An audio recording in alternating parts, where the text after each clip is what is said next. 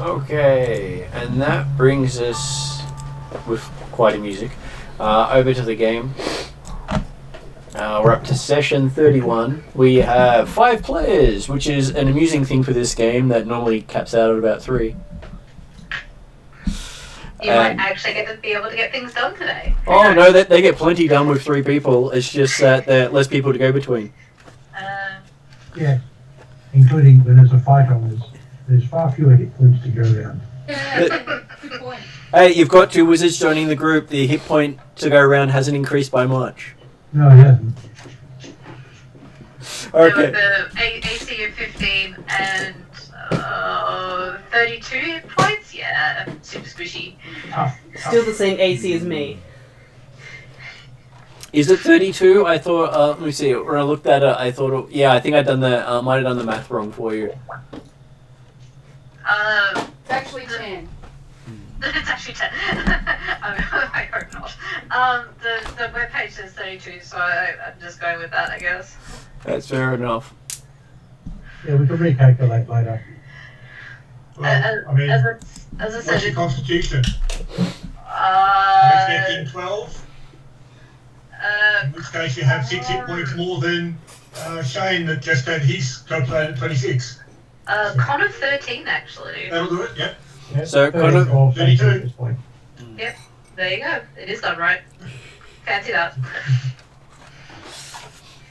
Okay, so which reminds me, I should update it for the computer because I gave you too little.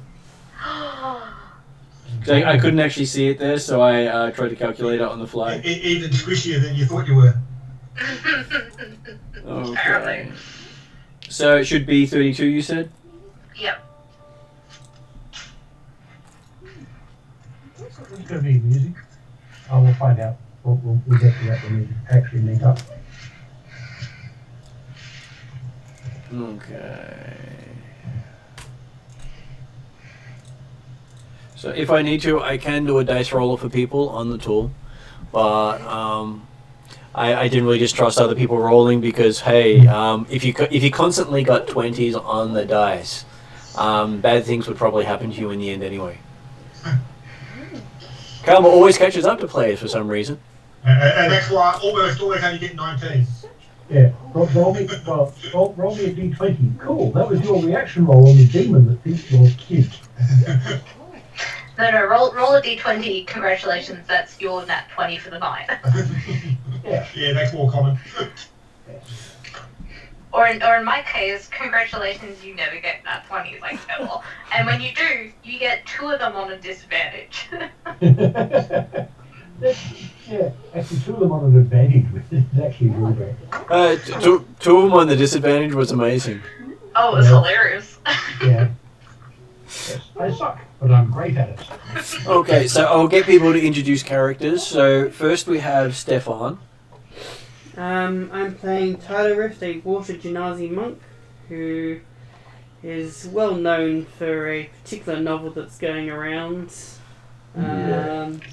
of him and his endeavours. Yeah, so you probably know more about him than he probably wants to admit if you read the book, but It was dramatized.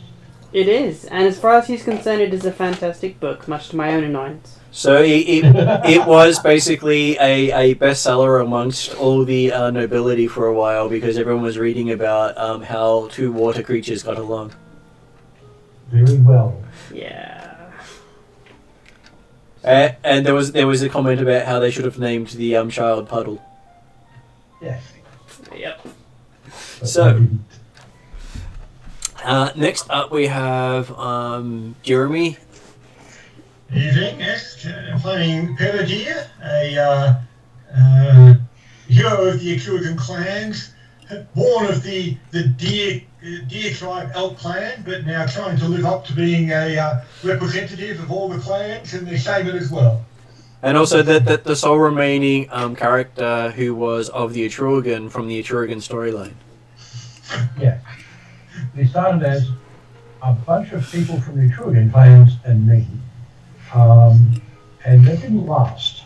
Yes, that they started to die along the way. So next up is Paul.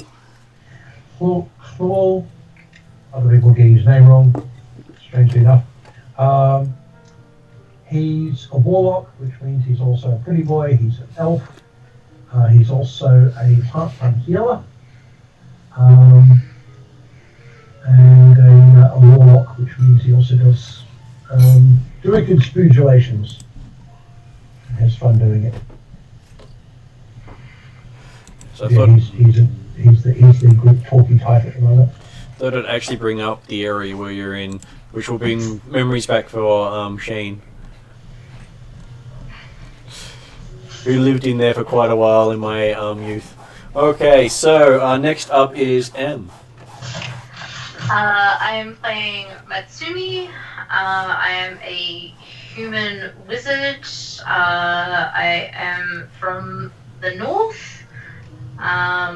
Winter is coming. And I may or may not give. Is it Lywell? Lywell? Plural. Lowell, if you don't want to do the roll now. Lywell. Yeah. I run for his money in pretty boyness. Oh, cool. This is a girl chasing. Think of Jon Snow, but as a wizard, basically. Jon Snow the Wizard. Jon Snow the wizard, pretty much. It's funny because Matsumi means beautiful, and is usually a female name, but we'll let that one slide for tonight. Yeah, That's right. I misheard you. I thought Jon Snow as a lizard. Yeah. Well, Jon Snow is a wizard. Weird I bird. look at the name and go, oh, female wizard. Yeah, no, No. you're just playing with people's expectations. Yes, I am. Next up is Shane. So I'm playing a human wizard who you know as Zoran, but may not be his real name. He is going around as a traveling scholar who has a slight gambling problem. Slight gambling problem, but that's how he is representing himself currently. Okay, how often have you sold your body for more money? No times as yet. We'll sell spell components for cards. I think that's a very good cover while you're as a wizard in Calvert. You're much better off to be an inventor of gambling degenerate rather than a wizard. Yes. It's far more socially acceptable. Okay. So the story that's been going on for them is a group of characters have been investigating a missing gnome caravan. So every year a gnome caravan would travel from High Forge to Speculum, and it would deliver toys to the kids of the nation in a big ceremony. Pretty much a version of Christmas. See, what did I say? Winter is coming. Yep. And then last year it all fell apart. Someone destroyed the gnome caravan. And so no children got toys that year. Neither of them. And we're trying to fix it so they can get toys. Isn't that nice, isn't it? And it was so bad that they cancelled the gnome caravan ongoing from that point onwards because the caravans were destroyed. As were most of the toy makers. So we picked up with the current group investigating what happened the year before, finding some of the gnomes still alive but under heavy wards, and then managing to summon a entropic god to come and play with them by bringing a eclipse when none was expected. And so you guys are joining in the day after that event. Whee! So basically, two wizards come to find out why there was a random eclipse in the middle of the year where it wasn't supposed to be. Yeah. And you probably would have been paid as backup for this group by someone by the name of Rendarian who hires adventurers to go off and investigate things. Yes, and he's very officially, at least at the moment, not a wizard. Well, actually, he's a wizard.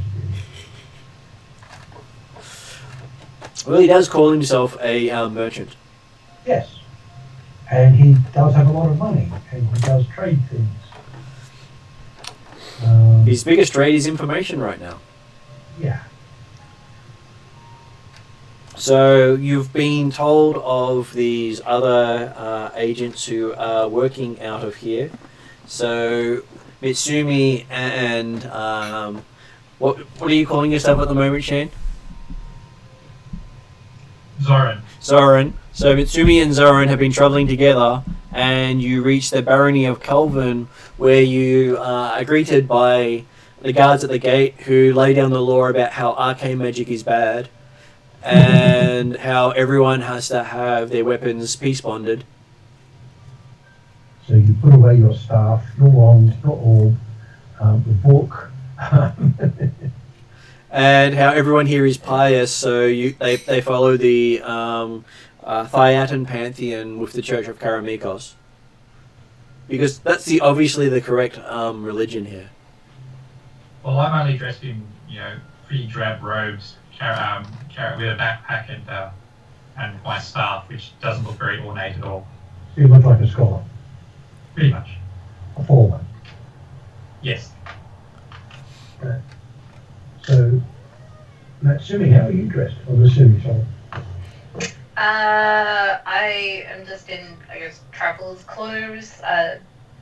I have a backpack, and I guess my staff is kind of my walking stick, so I can kind of hide it that way. Mm-hmm. And you have one of the more innate ones. See if I can send this photo through Skype for you guys. Get a variety of them, a small photo that's in. Well, I can switch over to the map and then zoom in on the actual picture. Actually, that looks really good. You just put it in chat. Yeah, but you can't actually see that online, so. So I thought I'd leave people see it. For everyone else's benefit. There you go. For everyone's online. And that's the benefit of what I did for Shane's character as well. Yeah. Might not be what he's actually dressed as, but it was the first picture I came across. Yeah. That would be what Fallout would normally be wearing. Okay, so you guys get read the right act on arcane magic because you see they read it to everyone. And about how no loitering in town, everyone here has a purpose. And this really is the cleanest town you guys have ever walked in. Yeah, you could eat off these streets. Yeah. Safely. There are all the houses are neatly done. They're all painted the same way. They're all well maintained. There doesn't appear to be any homeless in town. But just about every person you see here that lives here is Thyatan. Yeah. So they're not the actual locals. No, they took over from the actual locals. And so you don't have a hard time at all finding the 4 people that you were told to meet up with here, which is Tidal Rich, which is a well publicized water genasi. Praedir, a known hero of the Atruaghin. Luel, a hero of Darrakan. And Drazzle, someone who seems to avoid attention where possible. Big bloke. But considering he is a 7-foot-tall Dragonborn, he stands out. Dragonborn have only been walking the world for about 5-6 years now, as far as anyone's concerned, so they are a very new race.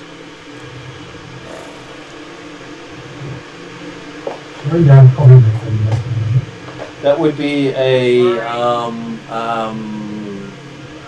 kettle. Yeah. Coffee maker are a lot noisier. Yeah. Unfortunately, my mic is very good at picking these things up.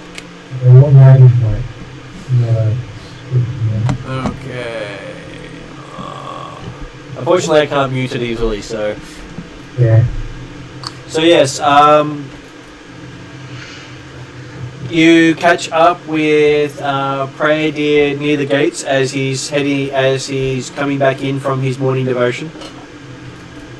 He stands out because there's no one else at all like him around here. There's no one like me around either. Or like Prayer Deer for that matter. Luell can hide amongst the other elves floating around. Who is that? So now Purdue's It's human. mom? He appears to be a victim of tribal barbarian. Yes. Ah. If you think American Indian. He's generally shirtless. So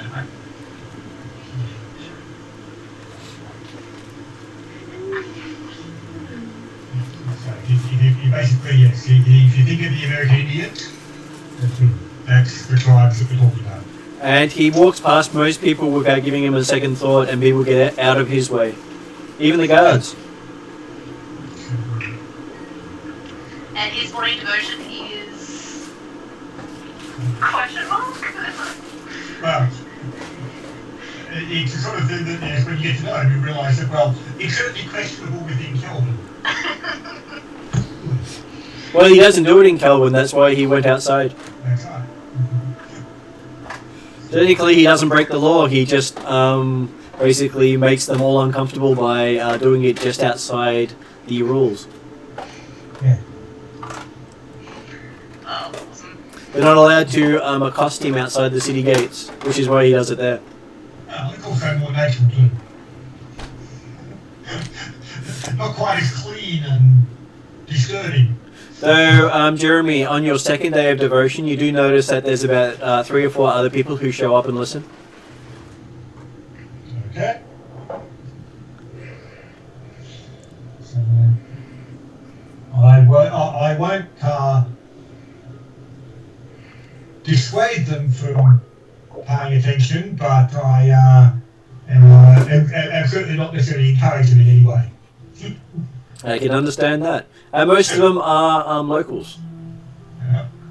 Local as in Fayette or local as in Chaldaran? Local as in Troldaran. Right, okay. Okay. Local locals.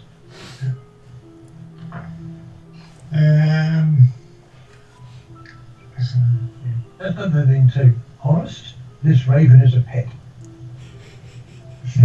That's where very well trained. Okay, so... Well, so if Penelope is walking in at the same time as 2 itinerant scholars, Yeah. he probably wouldn't necessarily react or be concerned about them in any way. So Penelope will have done his devotions and be heading back into town without any other concerns.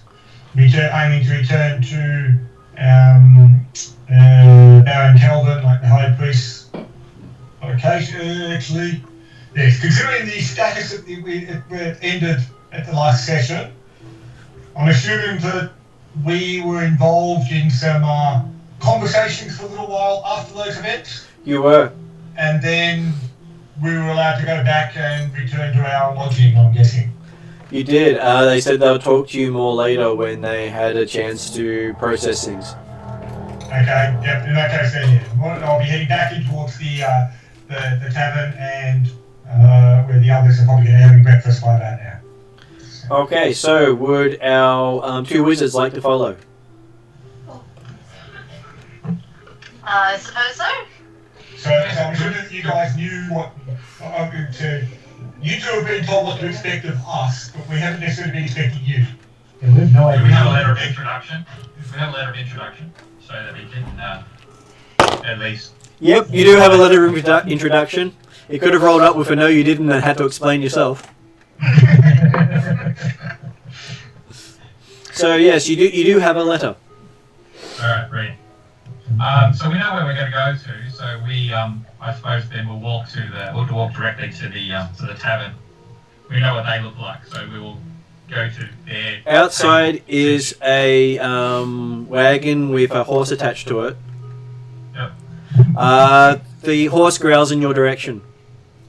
That's not a horse. A horse Literally growls. Yeah, that's not a horse noise. Actually, it's a lizard, so it's going to be a hiss. It actually growls. And its head turns back on itself. I'd be thinking more along the lines of not so much a hiss, but rather a subtle noise we might get from a Tyrannosaurus Rex. A deep hiss, yeah. Or it's rumbling at us the way. That's right. Because that's not creepy at all coming from a supposed horse. And as it stamps its foot, it sort of digs up parts of the cobblestone. I'm gonna guess it has something It's like prestidigitation on it. It's got claws. There's something they don't show. You'll see. I raise an eyebrow and step sideways to avoid it a little bit as I'm heading to the front door of the tavern. Yep. I think Matsumi takes a bit more of an aversion and steps even further around. It seems to satisfy the horse, and the horse settles down again. Okay, so you get into the tavern. There are halflings everywhere. Halflings? Yep. Everywhere. Just about every table except for one is completely stocked full of halflings. Awesome, well that makes it easy to find you. Okay, guess which one When they're not halfway. So we head over to the not halflings. And as you're walking past, you hear everyone's ordering the chef special. Okay. Are there any tables that might be playing dice? Yes. Alright. Lots of tables. Keep a note of those. They seem to be playing it so quick you're not really sure if they're actually playing or just rolling. Yeah. So you see sitting at this table the Atruaghin prayer deer, the water genasi tidal, the high elf Luel, and the overly large dragonborn of Drazzle. No. Not quite there. You see an Atruaghin clan tribal, a dragonborn, a genasi, and an elf. It's not necessarily from the four you're looking for. Just a chance of it not It could be any random group of four people. Okay, well, let me get this right. A Genasi, a Dragonborn, and sorry, what was the other one? An elf and a human. And an elf walk into a bar. There you go. Exactly. We'll get walked up to in a bar. It might be us. No, we're still up in the rooms having a nice sleep in. Yeah. Those are body doubles we hired earlier. Well, got to keep up appearances. Anyway, yes. Anyway, no, I think it probably is actually us. So I step up to the table as you're eating and observe you for a moment before reaching into my robe and pulling out and sort of flourish down onto the table a letter that is signed by the dude starting with R. I can't remember his name already. Redarian. Yeah. Redrian. Okay. I can never get his name right, so it changes every time I say it. The R dude. And sort of semi-bow.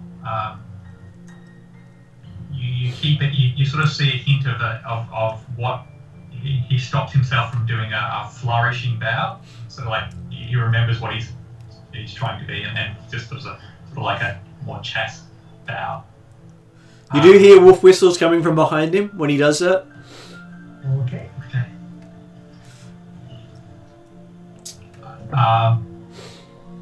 Good there, friends. Don't mind Yes, them. that's right. I turn and smile at the wolf whistlers, and I introduce myself, Zoran the Scholar, here on behalf of Redarian. Do you hand the letter to anyone particular?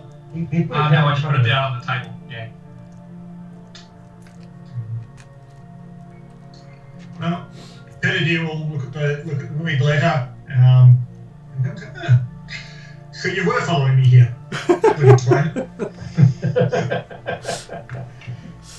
Technically, you ignored us, but anyway. Yes, I adore you. Yes, I didn't mean I didn't want you. So the Dragonborn at that point stands up after being told what was in the letter, and comes over and says, "I am Drazzle. Who are you?" Matsumi, I've been sent here to help you investigate these unfair killings of the Gnomish, was it? Yeah. Yeah, Gnomish gift givers.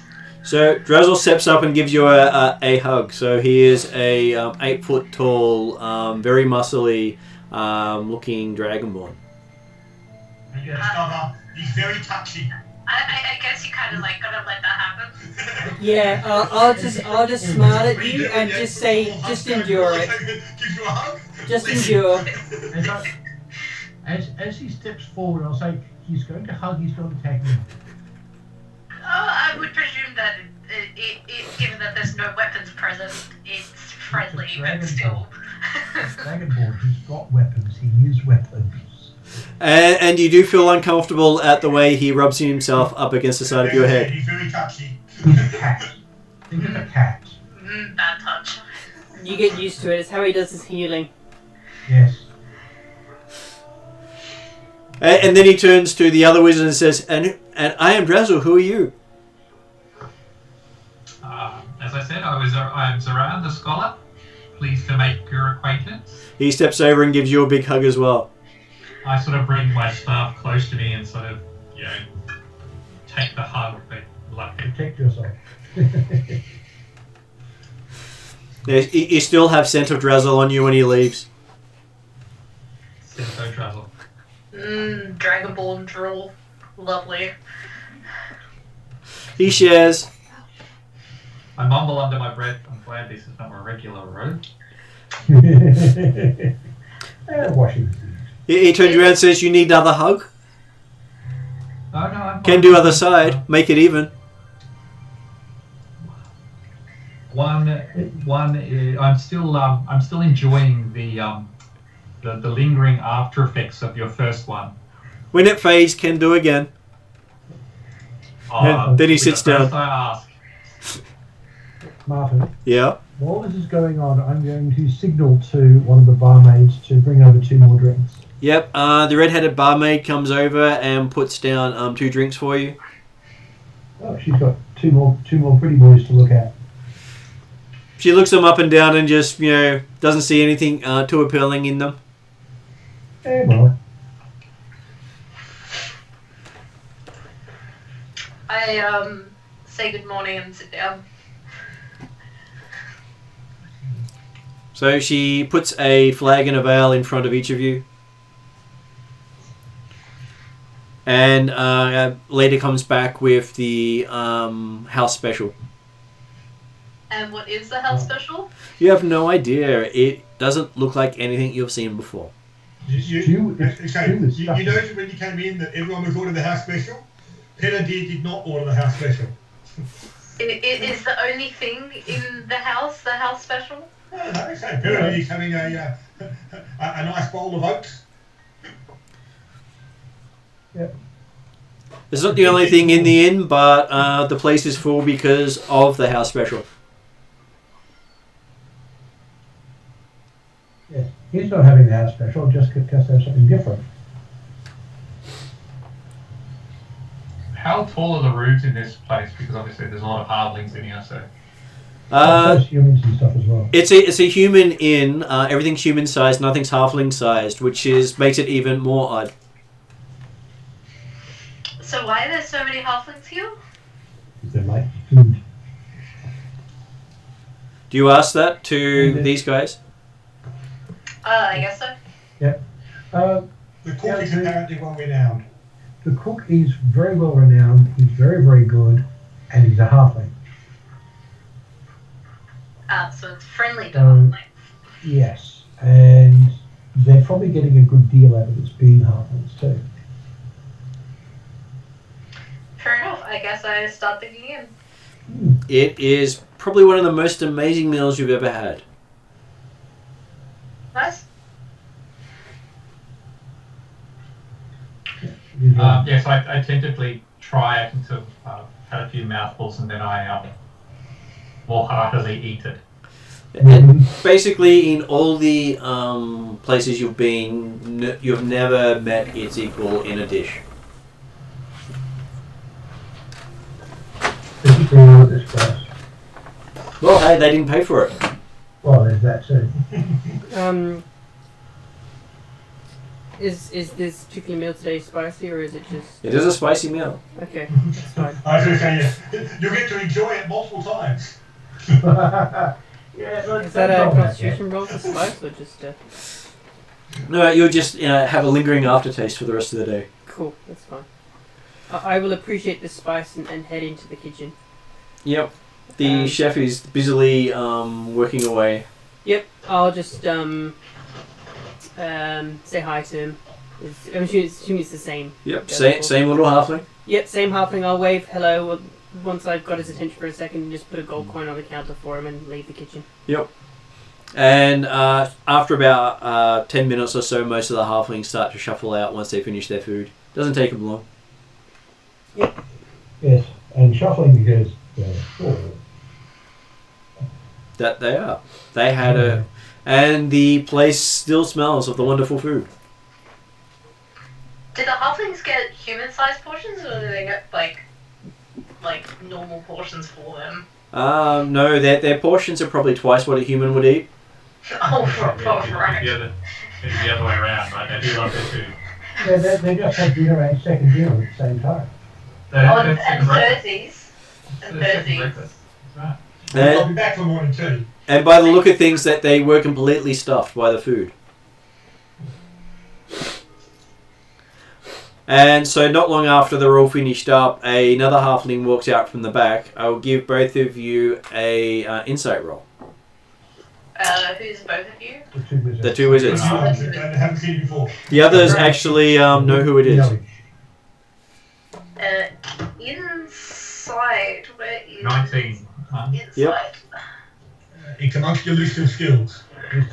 Yeah, I know. I'm not used to, because I'm not using my standard Character. stat block. But I'm assuming there's a list of skills there that'll be... Got a Q for insight. Or if it's not listed, because you're not it's based off Wisdom. Wisdom, yeah. Yeah. Plus 0 for you, M. Yes, so 11. So 11. Yeah, M, you don't really notice anything particular about him. He's just a halfling. So Shane, you notice that he's moving with the gait of a swordsman, and the experience of someone who's more at home at sea instead of on land. Yeah. And the air of someone who's been through a lot of battles. And is he walking towards us? No, he's just walking out the front door. Oh, okay. Does he have any distinctive markings on him? No, he himself doesn't look like anything you've recognized, but you could make a history roll to see if you remember anything in relation to him. 22. Okay, so from his appearance and his mannerisms and the fact that he is an amazing cook, you think he's one of the dread pirates of the region who apparently died a few years ago. Okay. So the equivalent of Dread Pirate Roberts, but halfling form. See, if you gave that to me as an investigation roll, that would have been a lot nicer, but that's okay. So that involves actually investigating, not just looking at them. Yes. Yeah, I know. And so you'd think that this is one of the reasons the halflings are so deferential to him, and they all show up. Right. He's basically a folk hero of the halflings. He's pretty cool. What's he doing in Calvin? Cooking. Oh, that's not a cooking. He's feeding the masses. I made a mental note to find out why he's currently in Calvin. I turn to the others and say, okay, so how much information have you gained about these gnomes and this caravan? While you fill him in, I'll be away for a little bit. Well, we tried to check out the one of the hospitals where they were supposedly kept in, and there were some magical wards that were pretty strong that were protecting them. And then next thing you know is all hell breaks loose, kind of literally, when some weird shadowy demonic thing decided to upstart and try and beat the shit out of people. And then our spirit sage over here, and I'll motion to Prade here, whipped out some mumbo jumbo and managed to save the day. So he's probably the best person to ask. Well, yes, I agree. There were a couple of additional parts that you might add to the story. Would be that after meeting the gnome who was a survivor of the caravan and one of the few survivors who was remaining in the hospital here at Caravan, well, we didn't actually meet the gnome. We met his guardian who filled us in on some of the information that was going on, but also then suggested we go and talk to the Baron Kelvin, the High Priest, who was also running an investigation about the caravan and what the concerns were. And we got taken to a nearby warehouse where apparently they had all the remains of the caravan that had been found laid out, and they were trying to piece together what had actually happened. Looking, it certainly appeared that the caravan, whilst the locals had not been able to determine it, the caravan appeared to have been directly attacked by forces of he who shall not be named. Yes, actually valid considering we've and that, but when it was recognised that it was his work involved, that's when the attack commenced after the power had arranged for the eclipse to blot out the sun, allowing his spirit folk warriors to attempt to break through the walls. So, fortunately, they were able to be repelled. Sorry, he shall not be named. Does he actually have a name? When he named him, he gained power. But yes. Do you have religion at all? I can roll it, but I'm not trained in it now. Well, I mean, it's just that I say, a Pettidier will certainly give you a interpretation of the immortal involved. Can you write be this saying down without any implications? Well, yeah, he can talk about it, but I say naming the immortal gave power within the region that it didn't have before. And I say, Pettidier actually was surprised that this immortal had any influence in this location because, and this is what I was talking about with the any knowledge religion type stuff, is the fact that Pettidier knows the immortal by the Atruaghin clan's name, rather than necessarily the other names that he has around the world. Can we roll religion? Basically, we are talking about one of the gods of entropy. Can we roll religion? If you want, if you roll it, then we can. Yeah, roll religion, I guess. Yeah. I did find out one thing when I was doing my research. He's actually part of the gnome religion. Well, I don't know to say. Technically, he's actually an immortal that's connected to a number of pantheons. That's right. The thing is, he's connected to the gnomish one, which is probably why it was gnomes he attacked. He's actually their bad guy. I got a 10. I rolled a 10. Fortunately, I rolled a 23. Okay. Okay. Sort of thing that you'd say, if you rolled a 10, you'd understand that, he was There's some scary a bad god or a bad immortal, as in one of the Immortals of Entropy. So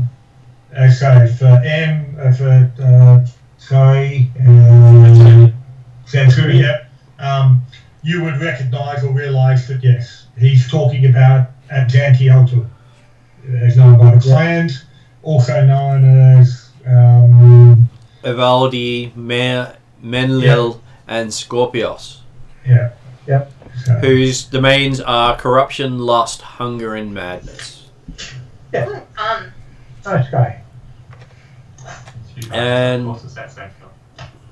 So he is part of the Atruaghin, the Azcan, the Elven, the Savage Coast, and the Shadowland pantheons. Yeah. As he's also one of the ruling gods of entropy.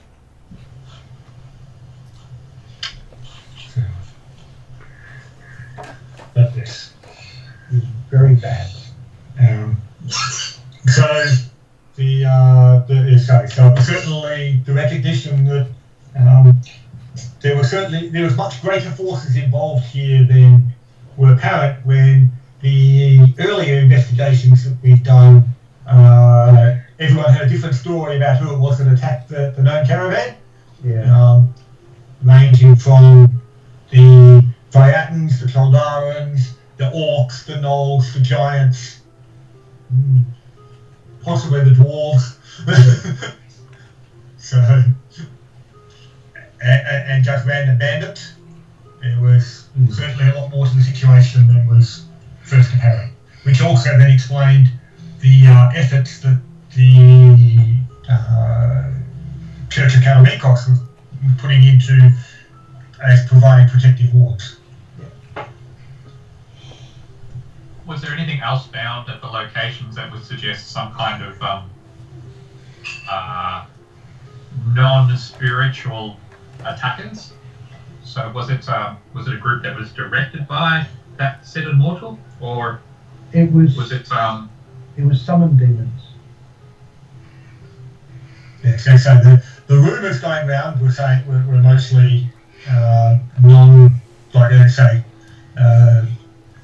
entities of like bandits or whatever, but talking to the lone who was there or who had heard from the people who were there, yes, it was recognised that it wasn't just bandits. Yeah. So, There was however, actually didn't magic necessarily get- summons. It was actually summoned demons. Yep.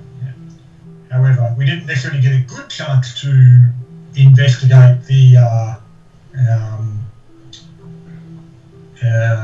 ruins of the caravan that had been collected as yet, because just as we were about to commence that sort of discussions and conversations, was when the eclipse occurred. So, Yeah. So I and guess a good place to start would be going back. so, well, so the Baron Kelvin is expecting our presence again this morning to discuss further the events. And we also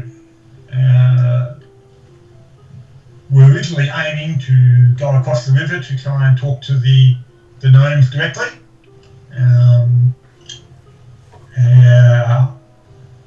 But yes. who do we owe for the audience with the Baron? So they probably don't come cheap. Well, he's requested our presence. He's asked for our presence, not us asking to talk to him. So, apparently, the recognition that we were noted personages of the realm who were interested in the fate of the Gnomish Caravan put us in good stead amongst the powers within this town. Yes, generating renown for reputation can be very useful. It depends what generated the renown. If it's a certain book, no. Yes, that's very true. All publicity is good publicity. Yeah, from a certain point of view. Yes, and until your wife appears asking for child support. Yes. Well, you did leave some for the dragons. I did. Does that happen often? Well, no. But if she does turn up and ask for child support, God, I it's hope just not. money. far as I know, I only had one wife, but please don't make it multiple. But yeah, so having after Penadier is given his explanation and expanded upon what title had provided, probably in much more succinct and shorter terms than what I've used, Penadier will then fall silent again and sit back and allow others to continue. Okay. Yeah. Actually, if you're here to assist us, for which you're very welcome, I think probably the best thing to do, rather than asking questions, is accompany us to the interview with the Baron, and you can hear descriptions of what's going on from there. We can then fill it in from after that. That makes sense. So how is it that you gentlemen know religion?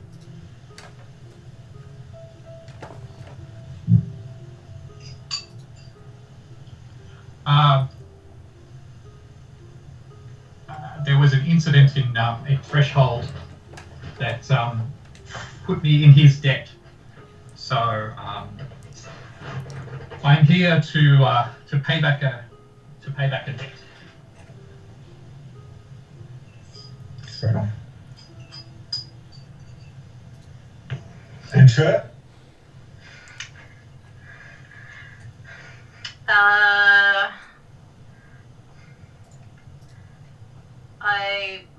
I have general interest in solving unsolvable mysteries. This one piqued my interest, so I tagged along. It is good to have such support. Now that you have an understanding of what we might be up against, what type of support may you provide?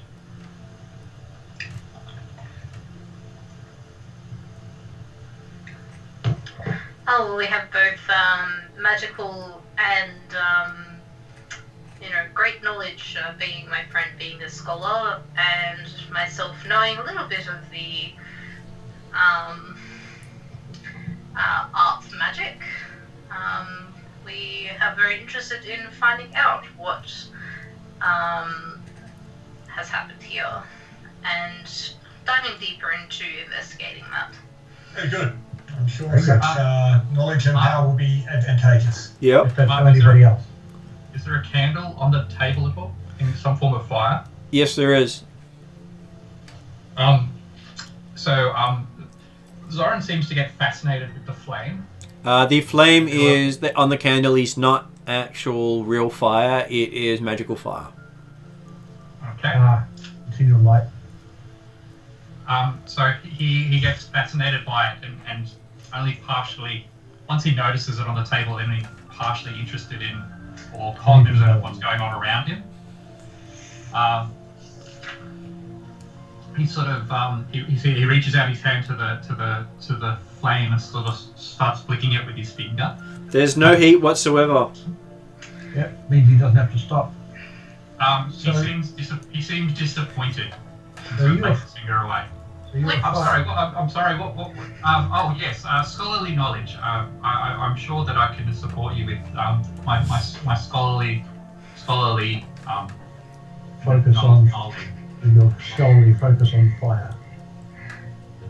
Would prestidigitation work on that light orb? Probably not, because it is a ongoing spell. Okay, that's alright.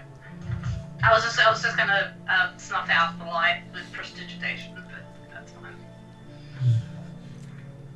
You do remember, while you're thinking this, you do remember the warnings that they do have wards that detect the use of magic other than that belonging to the church.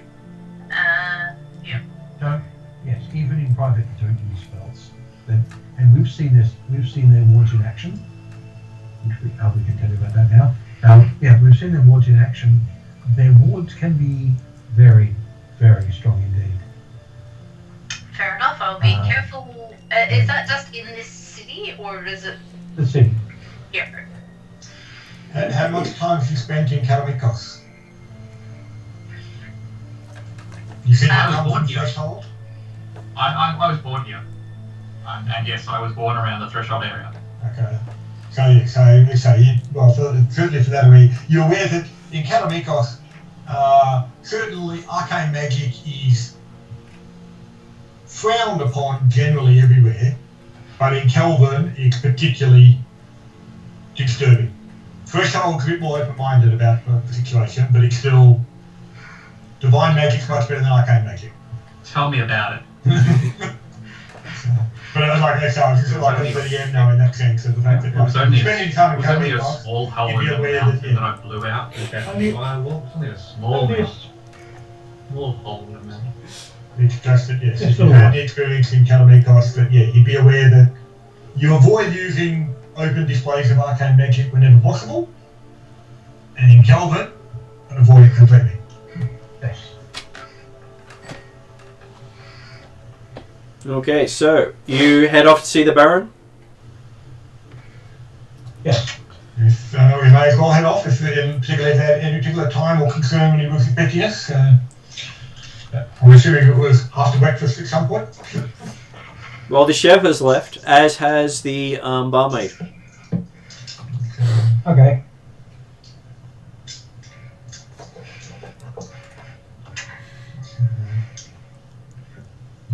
So you, I'd like to say we're off to see the wizard, but that doesn't quite fly.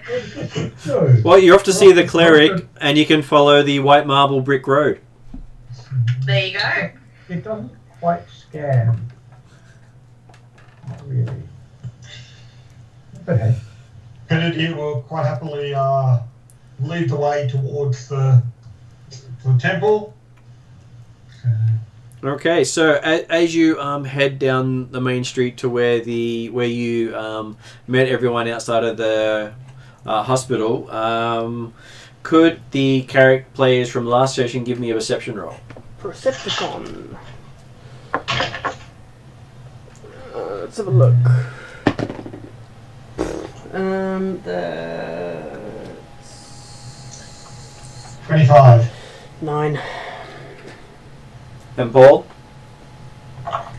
Ugh. Feeling teams. What was the actual skill, sorry? Perception. Perception, of course it is. Yeah, 13. Okay, so two of you don't really notice anything, but Prayer Dear, everything that you saw that was damaged the night before in the combat and the fighting, the damage is gone. It has been fully repaired? No, as if it was never damaged in the first place. Okay. Okay. And They're good at this stuff. It's not something you've seen these people having the skill to do. On the other hand, you use clerics who have the repair spell. Including the two guardsmen standing by the gates looking the same as they did before they were attacked. so they appear to be the same guardsmen? Same The guardsmen. will certainly be, if the hospital is strictly on the way, Kennedy will aim to walk close to the front door and greet the guardsmen, particularly if they're the same ones. They are the same ones. They look at you and go, "Have we met, sir?" Oh, Well, that's not creepy at all. yeah. Merely wish you a good morning, sir. Good morning to you, sir. I'm sorry, but the hospital is currently off limits to all who do not have the correct pass. Perfectly understandable. I hope all the patients inside are well. I'm sure they are. But yes, and I will continue moving on without necessarily, like I say, the aim being that certainly not only stopping for conversation inside of the house. It was greetings. Okay, so this is odd. We'll keep moving. Okay, so you do through the winding streets back to where you remember them working on the carriage. Okay, so that was going to be back. Like, so we're meeting back there again, were we? That was where you had thought you were going to catch up to see what had been done with the carriage. Okay, yep. Yeah. And as you arrive there, you can see all the troops that were there the day before standing in the same positions they were standing in.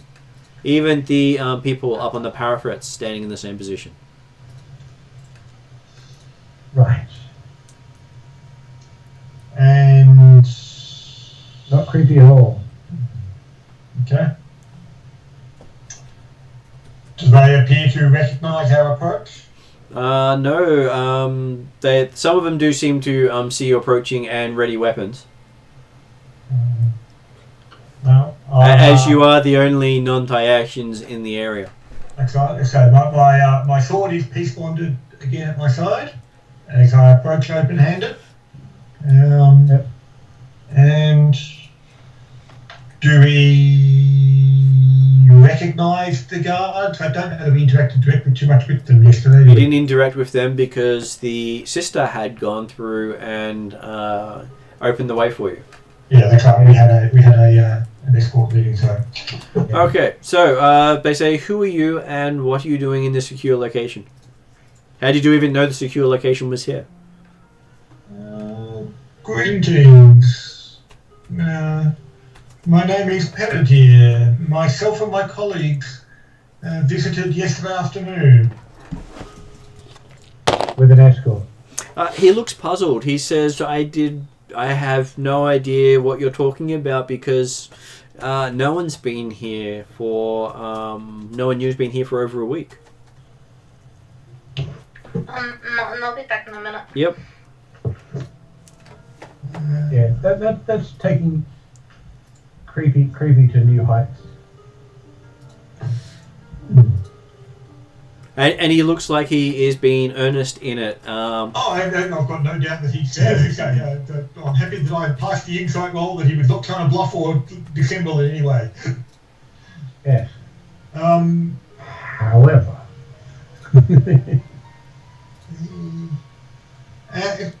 Were you on duty yesterday, my good sir? I've been on duty every day.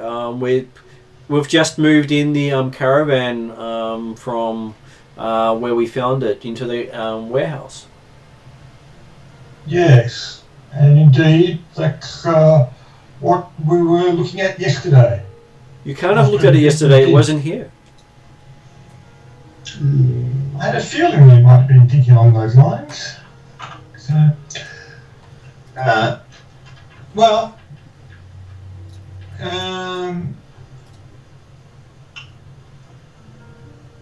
Would we know what the date is? Yes, I'm going to say yes. I'm going to check my watch and make certain of the date. Yeah.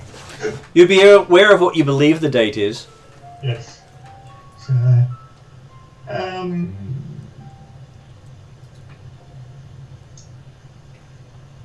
So, I turn to the others and say, you seem puzzled by...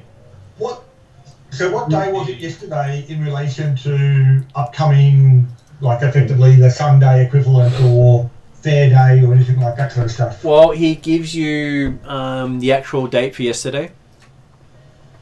And effectively, yes, he's treating it as yesterday. Yep. We've woken up to Groundhog Day. Yeah. Quietly. No, he gives you the correct date for yesterday. Yeah, that's right. The correct date for yesterday, whereas we think it's today. So. No, as in he said yesterday was the correct date for yesterday. He gives you the correct date for today. Oh, okay, right. So, okay, that's... I'm back. Hello back.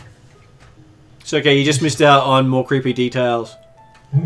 Yeah, these guys think it's yesterday, but they know the date's today. Interesting. Yeah. Well, perhaps I maybe the spirits have foretold this visit for me, and that's why I got confused. I do apologise. As I said, my name is Pelletier of the Atruaghin clans, and I have been sent to assist with investigations that apparently have just begun.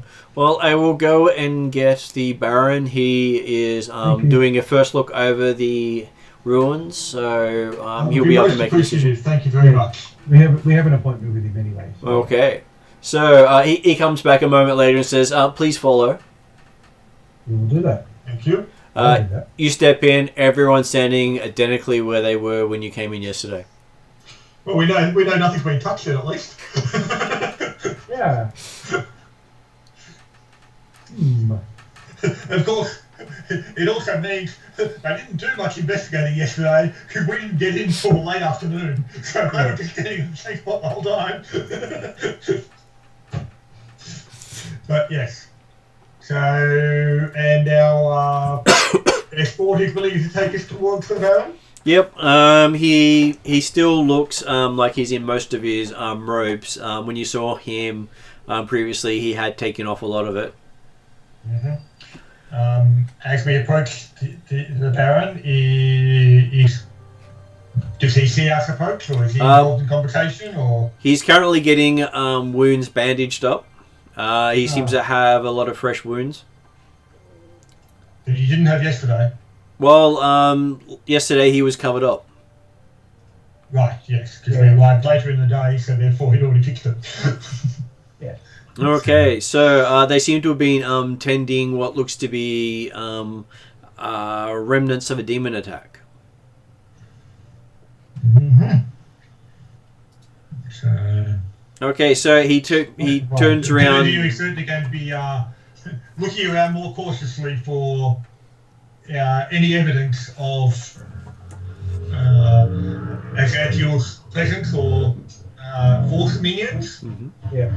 So, Okay, so he turns around and looks at you and says, "So I hear that your heroes here are able to help us investigate." It's what we're here for. Yes, certainly, Your Grace. So what can you offer that my clerics cannot? They have not been able to determine the name behind he who summoned the fiends that attacked his caravan. I thought you didn't remember that. It's confusing. I do express some confusion, sir. A pedigree of the Atruaghin clan. I had thought we met yesterday.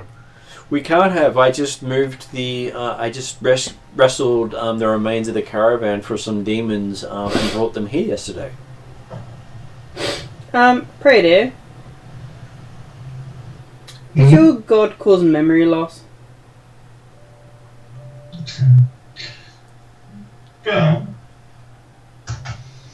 it certainly would be amongst the potential powers of this entity. Memory corruption, yes.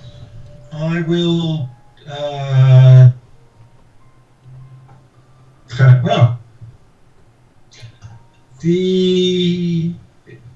Have you considered?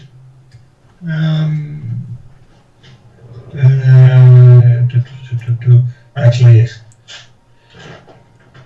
Do the wounds actually look like they were recently made? Yes, they did. They look like they had been made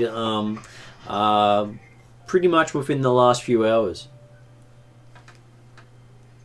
So is it like religious scarring or something, or?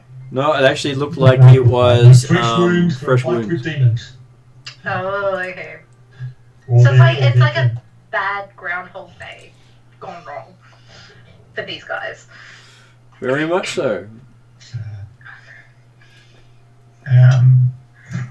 I say, oddly for us, we've come in earlier in the timeline than we did yesterday.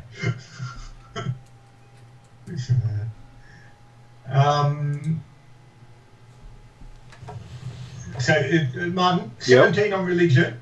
Yep. Does Peredir recognise the other names of Axantial in the other pantheons?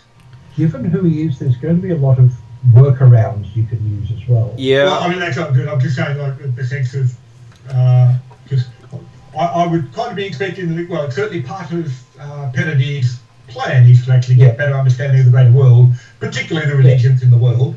And as part of that will be a recognition of what's going on with the things. You do know his other names and what pantheons he has put a foothold into. You said yes, I would. So, Yes, you would. Calling him the corrupting serpent would work in any pantheon. So I'll certainly describe the fact that, well, if I may, do you mind if I have a look over the remains that you've found? He gestures away, said, "My people are only starting to put together a report. They should have one ready by this afternoon." I will have, if you don't mind, I'll have a look myself and see if I can assist them in their investigations. Feel free to have a look around. Okay. I'll do an investigation roll or an equivalent type stuff just to confirm that things are effectively the same way as they were apparently yesterday. While you're doing that, other people can make either a history, an arcana, or a religion roll to determine what the effects is what's happening.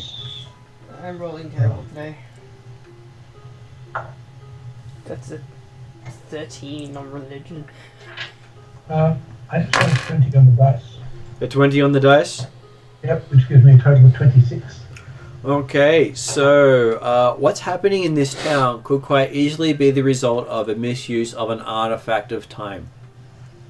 Oh, God. What do you mean misuse? Bloody gnomes.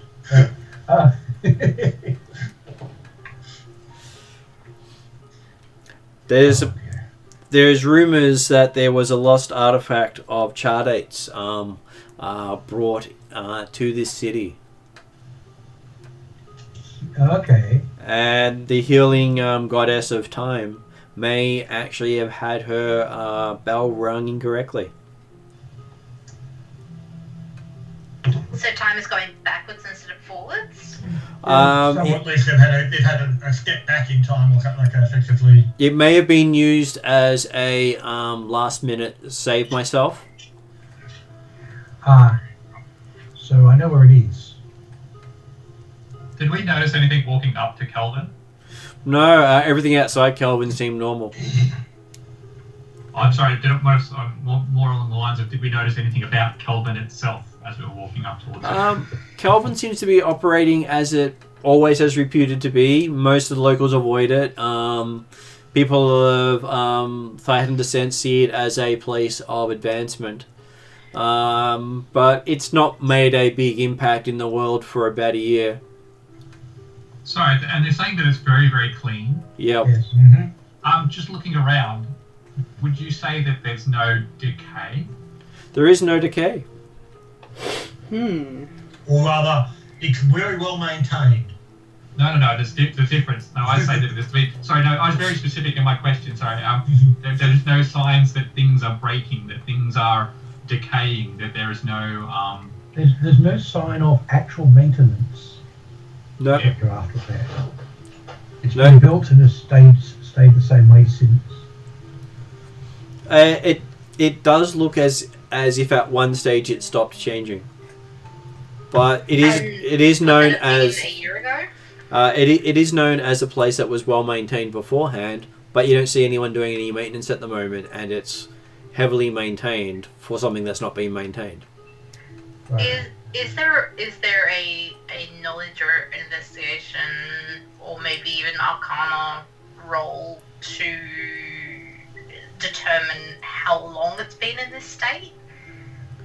It's not much of a check because the Gnomish Caravan was destroyed over a year ago. Oh, okay, right. And yet the bits of the caravan they've just brought in appear to be recently damaged. Yep, they seem to have been. Some of it's still glowing. Right. This means it's actually better for us to actually do an investigate on, and we've got at least one person who's actually got investigate and magical skills that's just not show anybody. Let's have a good look at this this caravan carriage thing. Sure.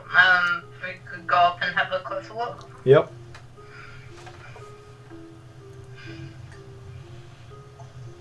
So from an Arcana perspective, we're probably looking for residual magic, but that'd need to detect magic, wouldn't it? And everything would glow because it's a city that's been stuck in time. Yeah. Well, yes. The other thing is, don't use any actual magic if you can. Although in here, I think they might not pick it. Do I notice any weaponry that are strewn around that would not be of potentially from Caravan itself? There are some dwarvish and some gnomish devices amongst the wreckage, but most of that is remnant, not a full piece. Nothing complete is left. No, nothing's complete. Nothing that's complete is left. Yeah. So if you would expect to at least see a couple of weapons that were undamaged in any sort of fight. There are no undamaged weapons here. If it can be broken, it was broken. So everything has the break condition, or it's just destroyed? So can I see whether there's rust on any of those? There is no rust on anything here. Everything here has the well-oiled look of something that has been well maintained before it was broken. Or it was actually brand new at the time. Yeah. So something has very carefully just destroyed everything. And a quarter of the stuff here is mechanical in nature. Can I say? So I'm going to use. I don't know what I'd do. Is probably investigate, but I'm looking for deliberate action from the breaking perspective, right? As if they were deliberately broken. You don't even have to roll. You can tell that everything here had been purposefully destroyed. So much so that two of the wagons themselves are missing. Yeah. And how many wagons were brought in? There were 4 out of the 6 expected wagons. Right. But everything's been deliberately broken. Sorry, did you guys know this? The other players, sorry, did you know that these things were deliberately broken? It wasn't something we had a good chance to look at carefully yesterday, so... I would presume that we can broken, either investigate that ourselves currently or have been told by you. No, we didn't actually say anything about the carriages. Certainly we knew that everything had been broken, but we hadn't necessarily had a chance to look at it carefully to determine that it wasn't just broken in a fight or damaged afterwards, right? Like bandits or something. So it looks like that it was actually staged.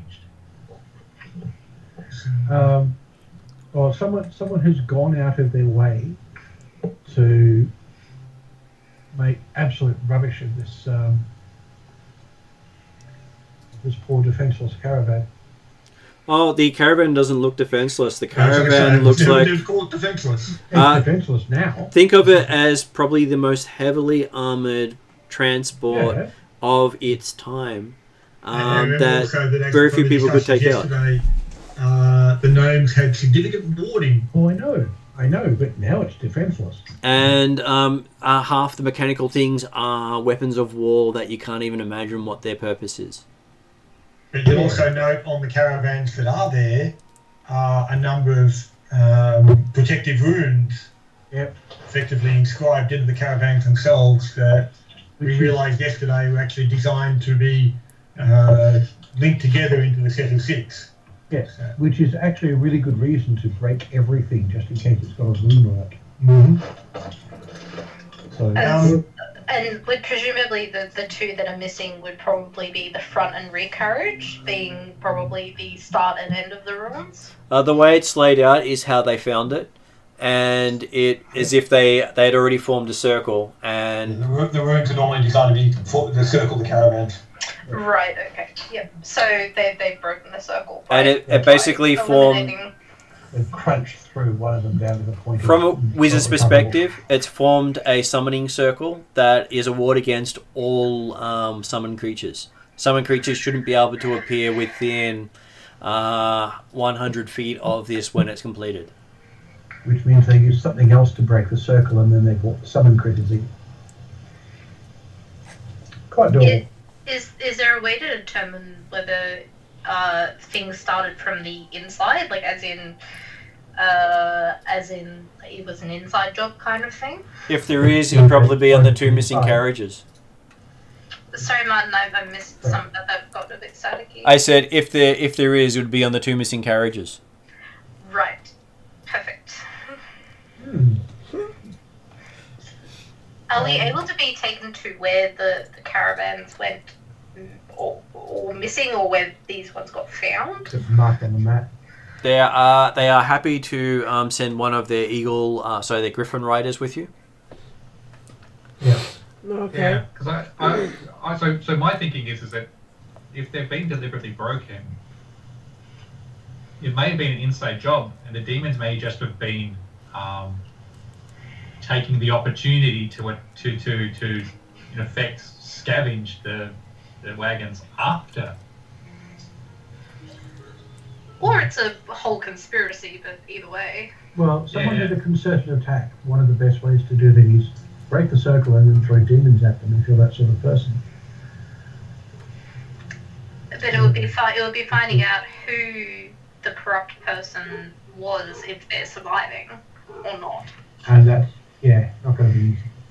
No. But there was a time between when all the things were broken and when when Baron Calvin's troops got there and were attacked by demons.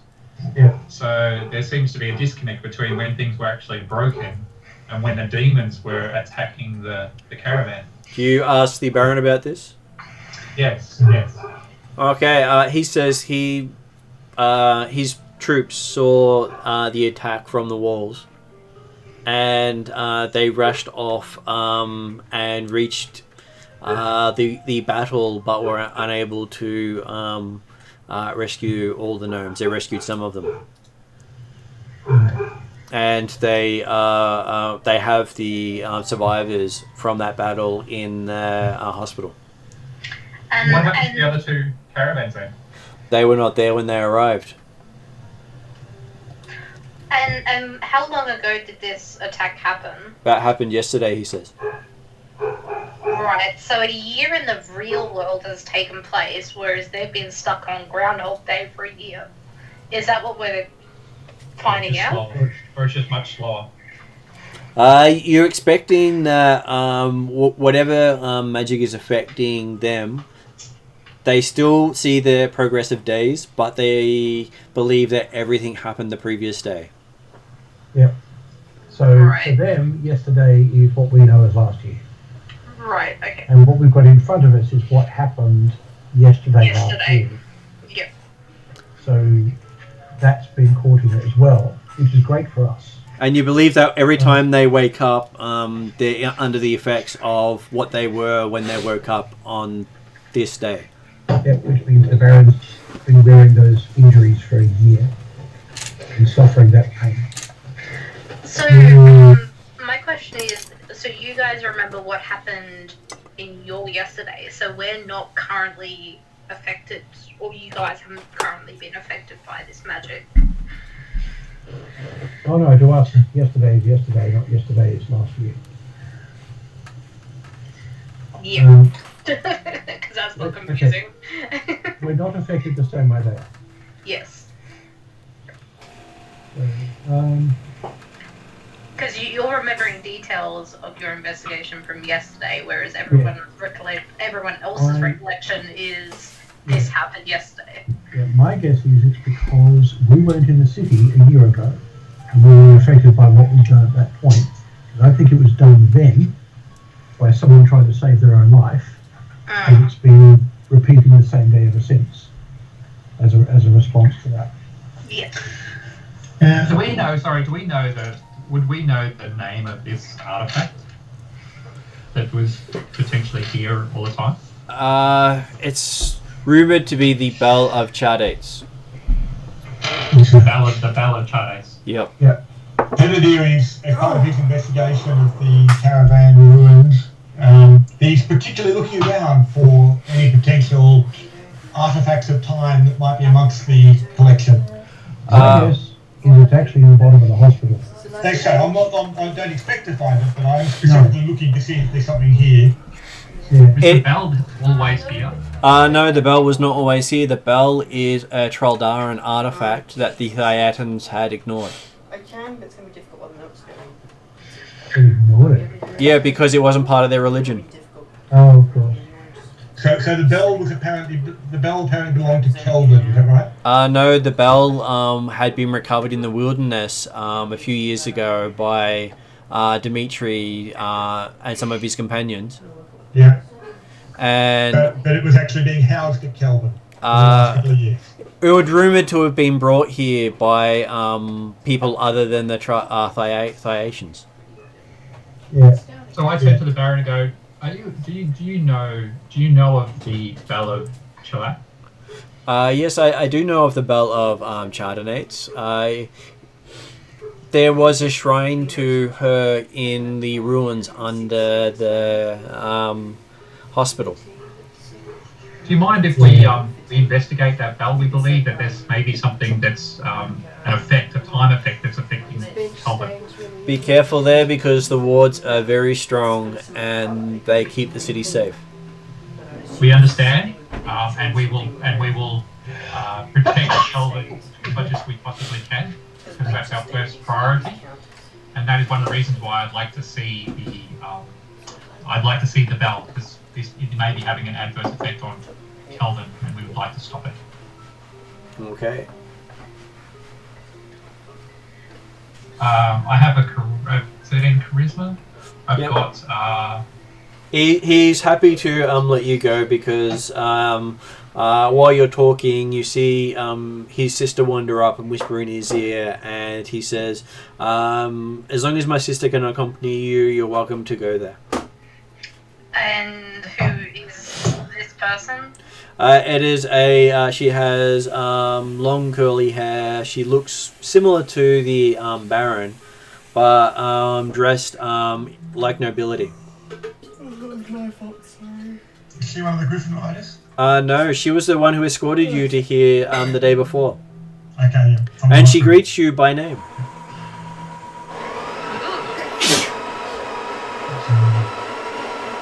Just in time for the background noise.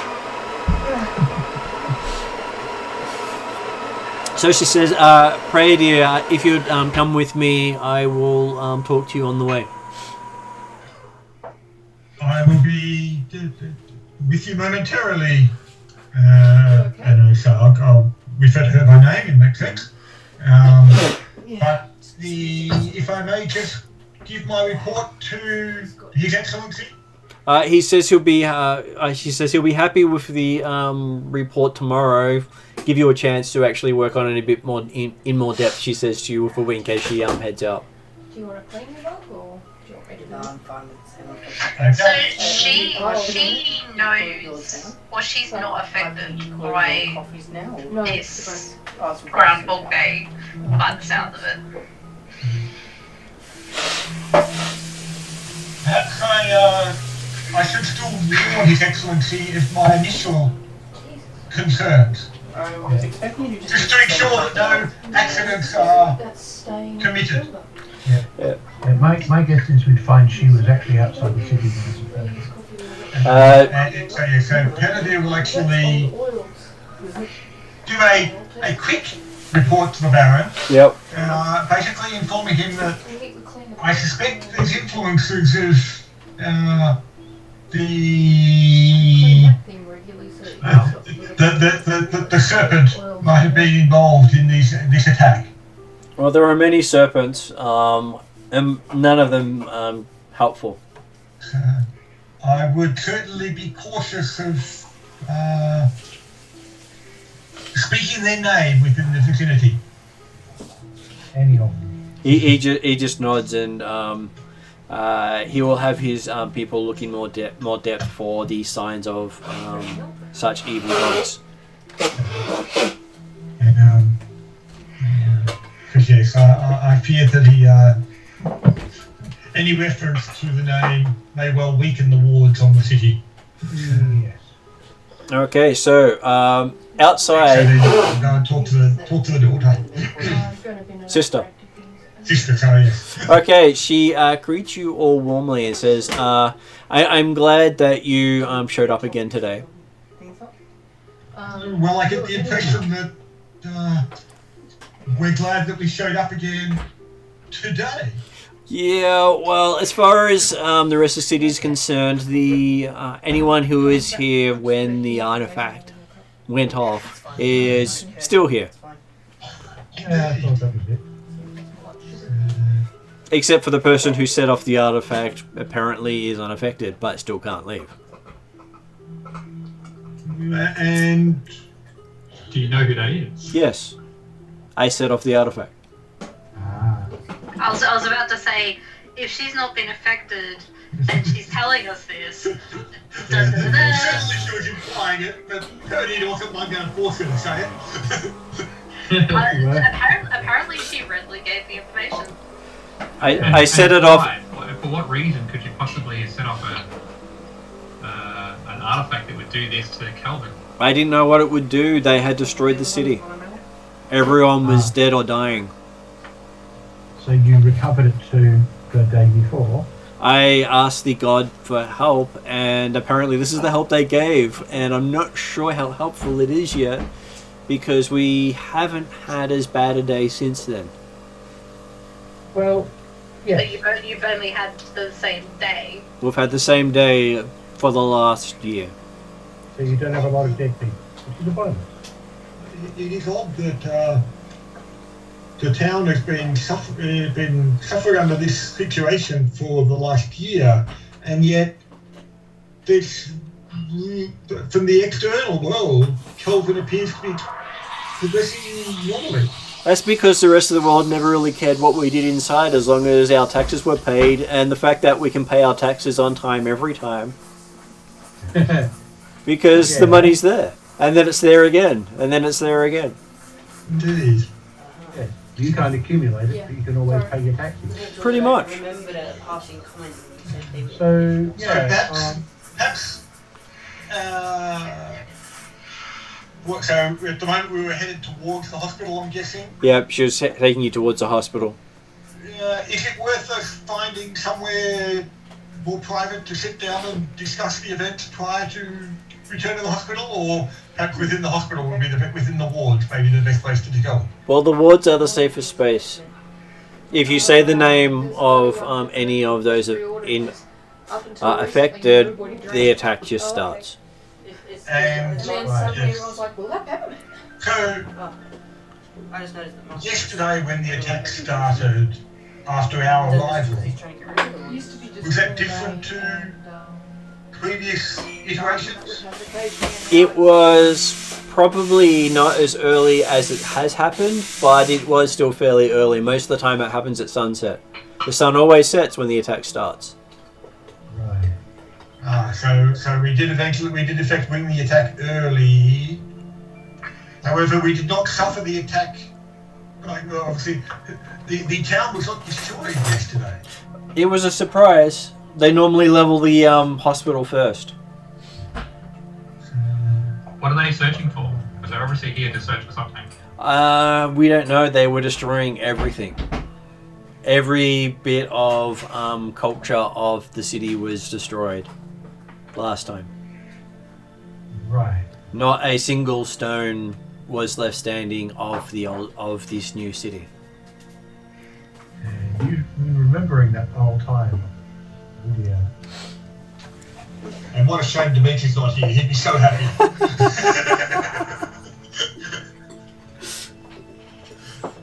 So she takes you to the front gates, and both guards let her through. Yep. That's good. And she takes you towards where the gnomes are. Yep. So Not surprised. So yesterday when we went to the hospital, we talked to the gnome who was the ward of, or like in charge of the gnome's ward of the one patient. Is the doctor. But we met the sister after talking to him. I think we came across the sister to take us to the warehouse. You met the sister after you spoke to him. Right, Yeah. okay. And did he introduce us at that time? He gave you a letter. Right, okay. And you showed her the letter, and then she took you to see. That's right, yep, I remember now. So your letters of introduction do help. I asked her as we're walking, obviously you've been through this day for the last year. Have you worked out So do you know how to do it? who may be leading the attack, where the attack may be originating from? The attack is never the same, and no one ever remembers it. Oh. The attack is never the same. No. Including yourself? Including myself. When you hear that. Right. Oh, I do that with I wake up as if every day has I happened. do that with that one as well. Everyone else seems to think, while the date has changed, nothing's changed. Like that. Anything that was damaged during the attack is remarkably restored the next morning, as if the attack never happened. Right. And that caravan is always reset to as we found it. As you found it near Caravan, and then they just brought it in this morning. It's always looking exactly as we found it in the forest, but in the warehouse. We didn't actually bring it into the warehouse. Right. There you go. So it stays there, or See it how there's resets if you move it. Whatever you do to the caravan, it always appears that way every morning. And so, the Baron and his soldiers and the Is that guards. inclusive of taking it outside of Kelvin? If you took it outside of Kelvin? You can't take it outside of Kelvin. It doesn't go outside of Kelvin. The people here can't leave Kelvin. The locals are stuck. You So can we check need him, to- but you can never leave. So we need to undo the curse, basically. Yes, under the effect of the bell without putting it back to the day of the attack. Unfortunately, if they have the attack every day, And that's because it's in a bigger jar. it might it's happen been out for a after little we bit. unlock It's it. actually hot enough as it is. And so Something to be careful about. you rang the bell after the town had been destroyed? Yes. Usually, it's Um, fine as far as temperature goes, unless you're finding your coffee. At least if we undo it, we would be prepared for battle, because we would know it's coming. Yeah, the machine's got a cut off. Okay, so she reaches the door for the gnomes and knocks on it. Yeah. And then the door opens and you see the same gnome stick his head out and says, "Oh, you again." Yes, Greetings. which also means he remembers it too. Says, "So you're back. Did you find anything interesting?" We believe there were some Depending on the day, your crop will be thick. curiosities involved. Reacts to weather. Yeah. I think there's some distance forward of where we were. Coffee should look roughly like. Have you and No, it's just. again I don't know, I can't remember the sister's name Popped like tons of cinnamon in there. gone through, but have you and Mrs. The sister Lady met? Calvin works well. Explains why. Sorry, Lady Calvin works well. Lady Calvin, yes. So have you and Lady Calvin Needs a clean. discussed the incident recently? I'll quickly show We have discussed it in depth over the last year. that way you could have it. Right. So, Makes it very hard to undo the damage of the attack if the damage reappears every morning. Yeah. And So we have or to find out. the damage disappears every morning. No, the damage to the actual gnomes. Yeah. pretty gritty too. We'd have to find out. We'd have to stop the attacks happening before we can stop the side effects. Don't know why it's done. And yes, so you're suggesting that this is why our friend here has been unable to recover because he's suffering the same attack each morning, even if he's recovered during the day. Yes. Anyway, there's your coffee. Oh, thank you. They reset to whatever they were when dawn came. So, Bring there any breaks for seals. perhaps we can start by the two of you reiterating the events leading up to the ringing of the bell. Starting from There we go. the caravan approaching the city of Kelvin and apparently falling under attack. No, it actually passed through. And it was heading south along the river. Okay, so it was south of Kelvin when it got attacked. Yep. Right? Yep. And at which point there was a loud boom, and everyone in the city heard it. Right. And that's when the guards and the Baron headed off. You're too quick to Of all the people who left, only a small number of guardsmen came back, bearing the remains of the expedition of gnomes. None of the dwarves who were with them survived. 25, maybe 30 Right. years.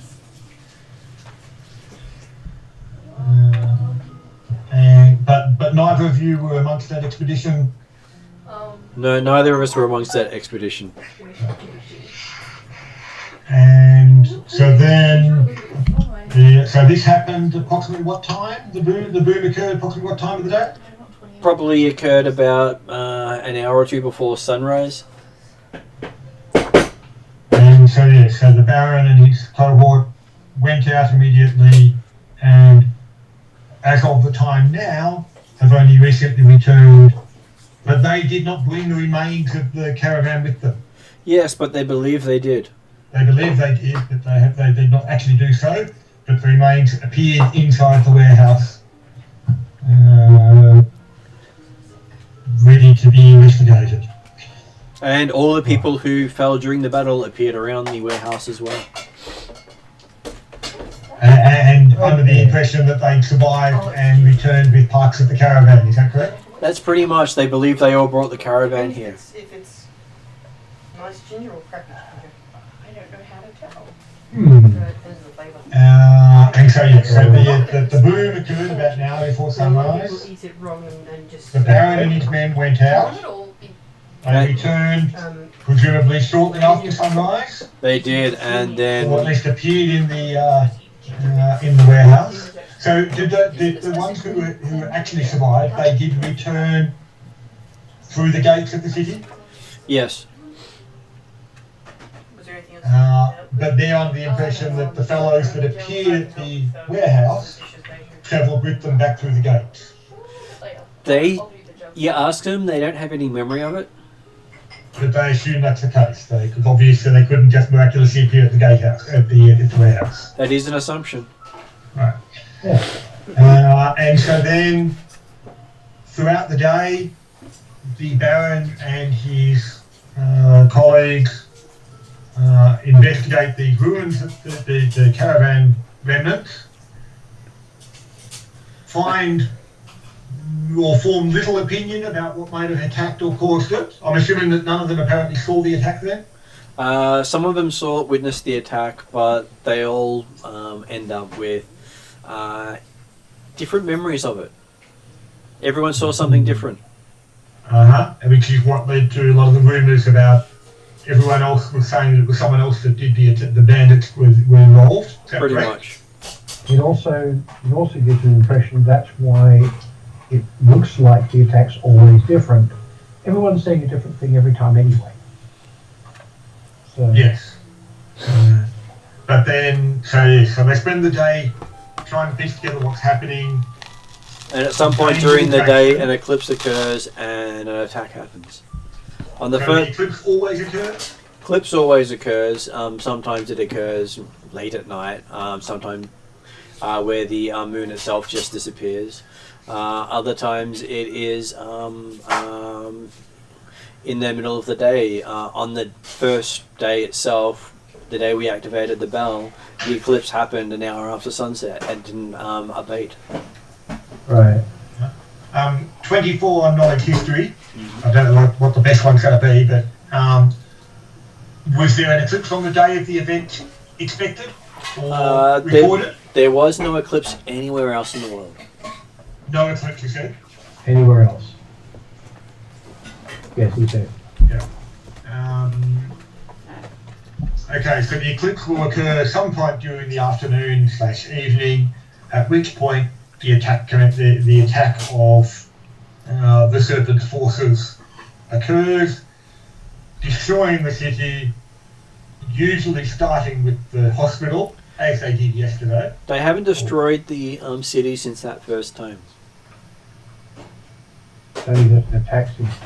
Okay.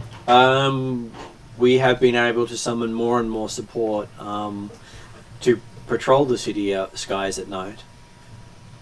That seems to slow, if not stop, half the attacks. So more attacks happen above the city than in the city now. Okay, so looking at like that, we're talking to Lady Kelvin specifically, because I got the impression from her that basically the city was being destroyed every night, but obviously she concurs that, well, they managed to improve the defences every night for the last year. Yeah. Such that, yes, whilst it got severely damaged, it got destroyed the first time and was very severely damaged for subsequent times, but now it's not quite so damaged as normal. Yep. And so, yeah, yesterday, seemingly we managed to avert the attack. Apparently consisted only of a few spirit folk, which were fought off.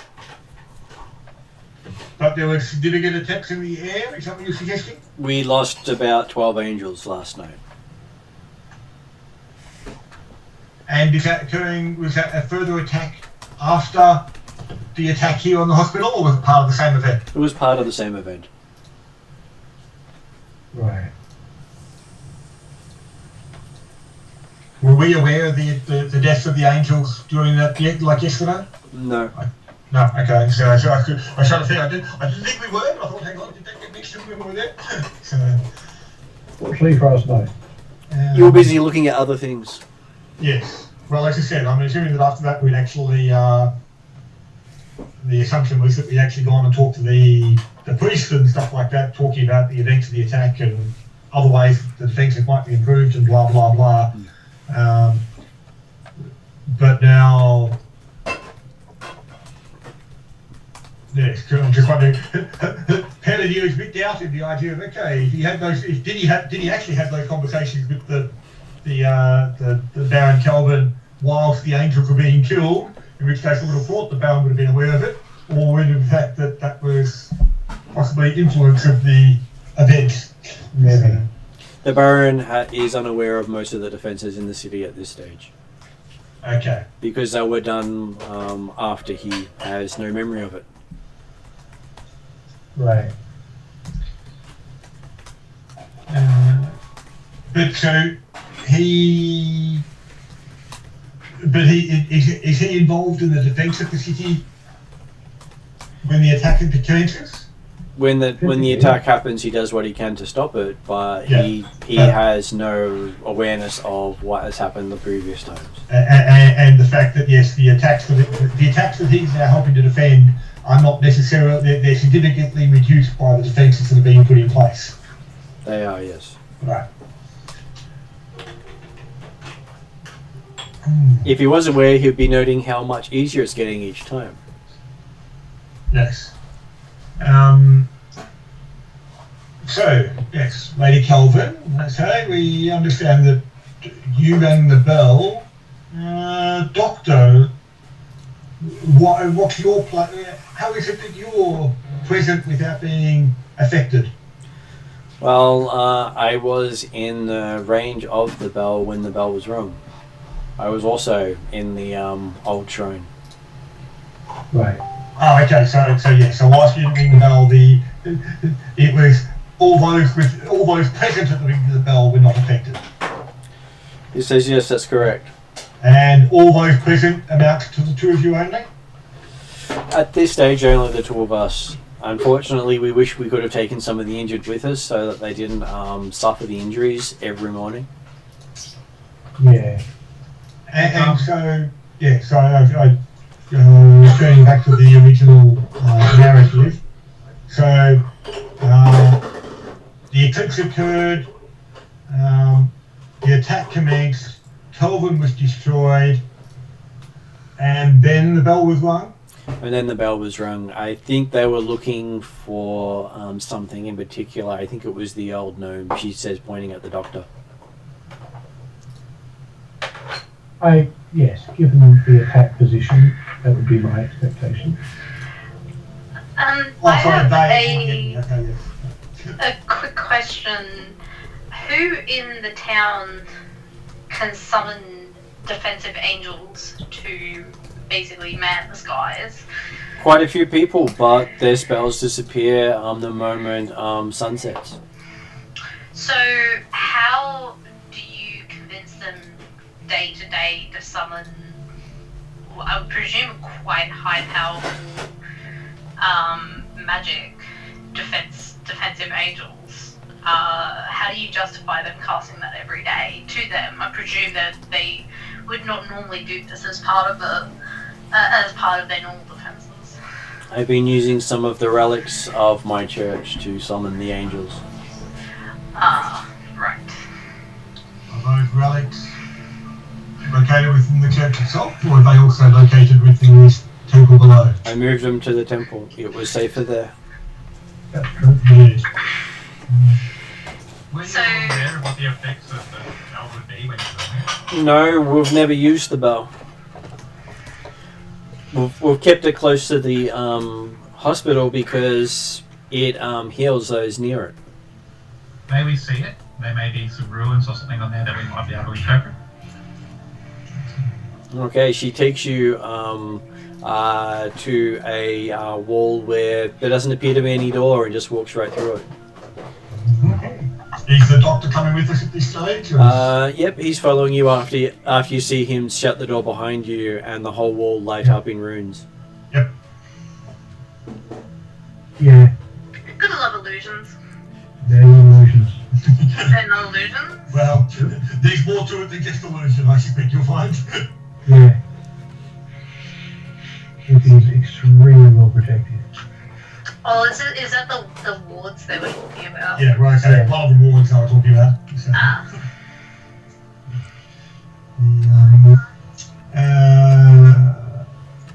Yeah, so if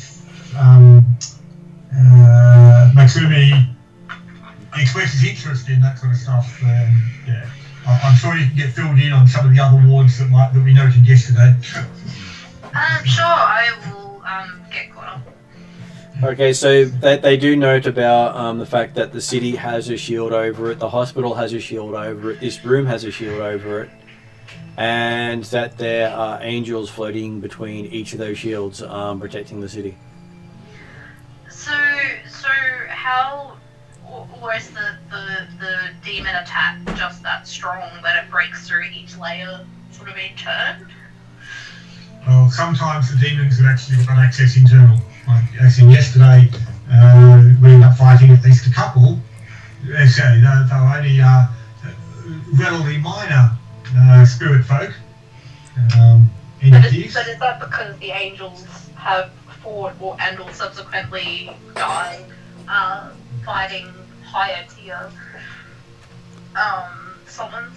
Saying the name of the god gives the god power. So yesterday, Prayer Deer summoned. They got access inside the wards. Oh, because you guys mentioned the god's name? Almost definitely, unfortunately. Right. So what happens on a normal day? So you said the attack happens at sunset. Is that Well, right? usually sunset, although the eclipse can occur sometimes middle of the afternoon, like it did yesterday. And that's when someone foolish says the god's name. I would expect that it wasn't something that. It's only yesterday, I believe, when the name of the entity would have been mentioned, because seemingly no one had any inclination that the entity was involved until it was investigated directly. So I suspect there's just in the same manner as the battle apparently can vary. The actual commencement time of the battle can also vary. Okay, well, we'll give Martin. Right, so it could depend on like a traveller like us not knowing, or it just happening, or some other various means, I guess. Well, I suppose yes. Talking to Lady Kelvin and the doctor, have they managed to make any linkages between the variation in the start time of the eclipse? Not really, because even though everyone lives the same day, they don't live it the same way. I'll figure it out after I deal out bullets. They still live as if it's the right season, the right time of year, but as if the events had only happened the day before. Mm-hmm. Interesting. So they still go through like winter, they go through spring, that kind of thing, festivals and stuff that they would normally do. Yep. But they still act as if all the events that happened with the caravan happened the day before, and everyone involved in those events don't seem to be able to get beyond them. And yes, no one's made a concern or a connection between the fact that, hang on, the caravan normally arrived at a certain time during the year, but apparently it now arrived at a different time each year. Yeah. Yes, reality seems to have bent around facts like that. Yes. No, the effects of the serpent, I can believe, and all the bell, I can understand that. Yes. Okay. So, she leads you down a set of stairs that predate any construction you've seen. 20. You've not actually seen anything this old in this country before. Wow. So Have they got any runes on it? Well, parody, yeah. Last week it would have been old. Well, no, he's saying in this country. I mean, I'm not. I'm. There's no recollection there as to how later compared to, say, the Palace of Atruaghin. Yes. But it's not like Peridee spent much time in Caravan to have seen any ancient ruins here. Yeah. And it does share some similarities to the construction of the ruins under the Palace of Atruaghin. Okay. Wait a minute, are these the same ones that...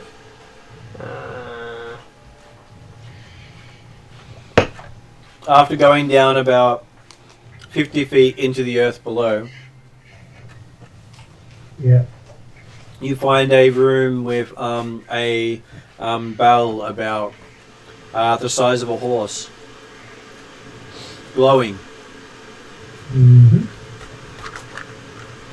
Are there ruins on it?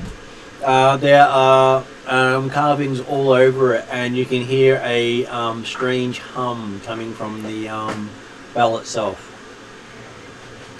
As if it's Strange been hum? struck. Continuously ringing, I think.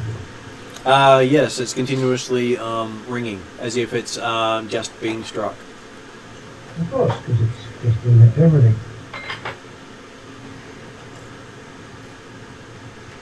And she- Apparently it's still ringing. I will just inquire of the doctor and Lady Calvin, just confirming, since you rang the bell a year or so ago, you haven't directly rung it again, have you? No, we run it once and it had stopped ringing since then. I'd be wary touching it because it will affect any who touch it. Affect in what way? Oh, just affect the time. You may get pulled into the time loop. Yeah, It is a artifact of time, yeah, it'll do that. and it will take more than a month for it to wear off, or it might just drag you into its time loop. Yeah. Oh, fun. How much does Lady Calvin know about the bell and what it can do? It was supposed to be a relic of protection of the Traldar. Those who went before the Traldarans. And it was lost when King Halav fell in battle against the Gnolls. Are there ruins on the bell itself? You can see runes on there, but they're not in a language you understand.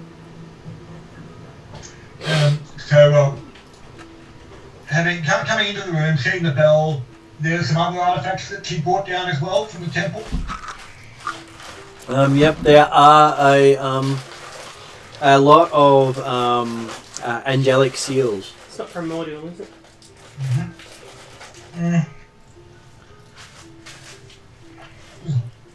Well, He's got about 50 seals, and about 20 of them are currently active. right. Penadier will start manifesting a green aura Mm-hmm.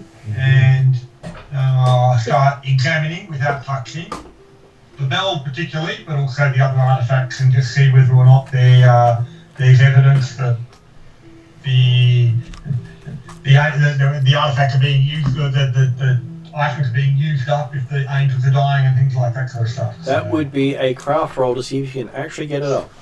Okay. 13 on the die. Plus your proficiency. Proficiency bonus of +3, plus wisdom, +5, +2 for Atruaghin, total of 20. Yep, it has no problem starting up. So you take 1 point of damage. Soul burn, yeah.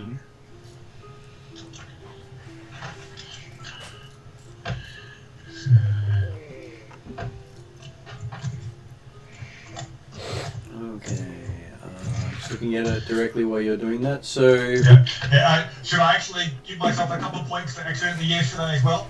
no, you didn't actually activate it yesterday. Okay. Something else kicked in for you. Yeah, okay. So, yeah, I'll note it down, 1 point of soul burn, and then yes, as I say, he's basically going to be maintaining that aura as he looks around, which gives him access to Celestial amongst his languages. And you would notice that looking at Praedir, he is now literally glowing with a green light. Which most of you would recognize, especially for the arcane side of things, relates to someone using one of the secret crafts.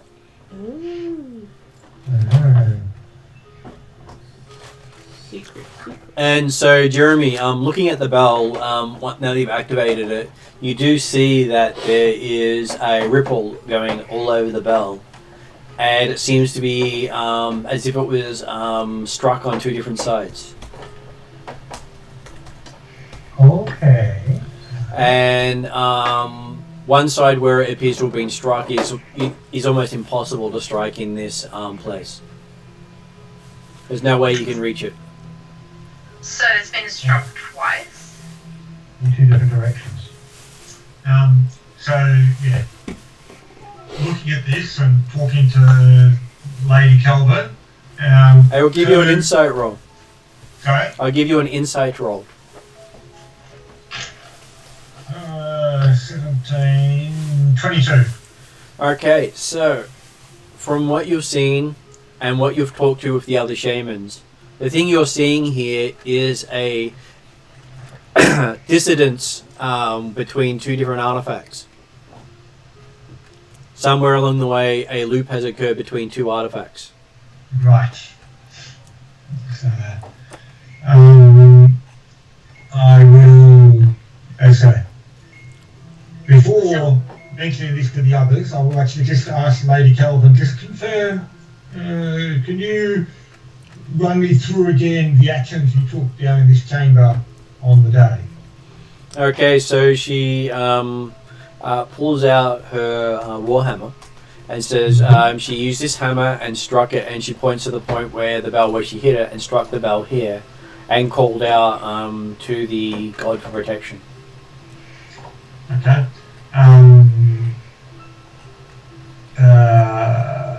What's a warhammer look Any like? particular god for protection?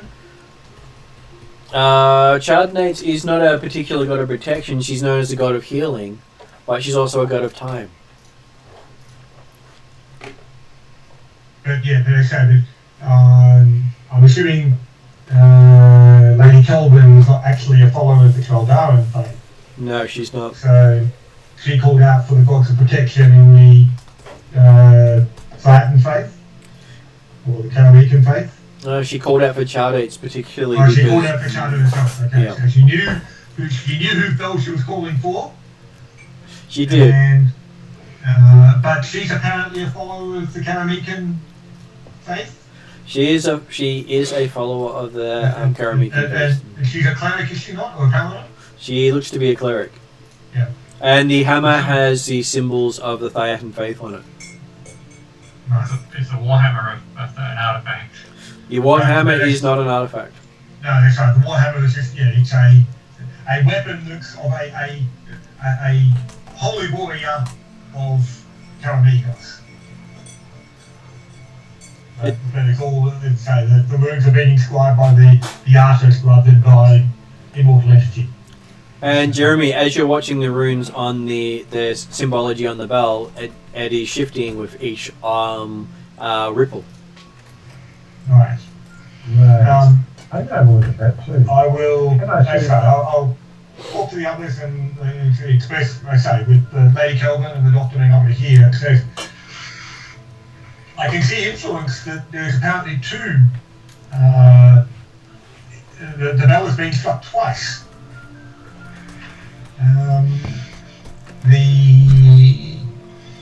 Now, from the resonance, whatever I can see, is there indication that both strikes would have been at the same time, or that it didn't matter too much because we're talking about time anyway? You think it was only actually struck once, but the other side is pointing to the connecting artifact. Right. Yep. So, so you're saying that there's not room to go around to actually access that side to hit it directly with the hammer. There is. Is the bell hung such a way that by hitting with the warhammer it hit the other side of the wall? No, the bell is pretty much sitting in the middle of a chamber.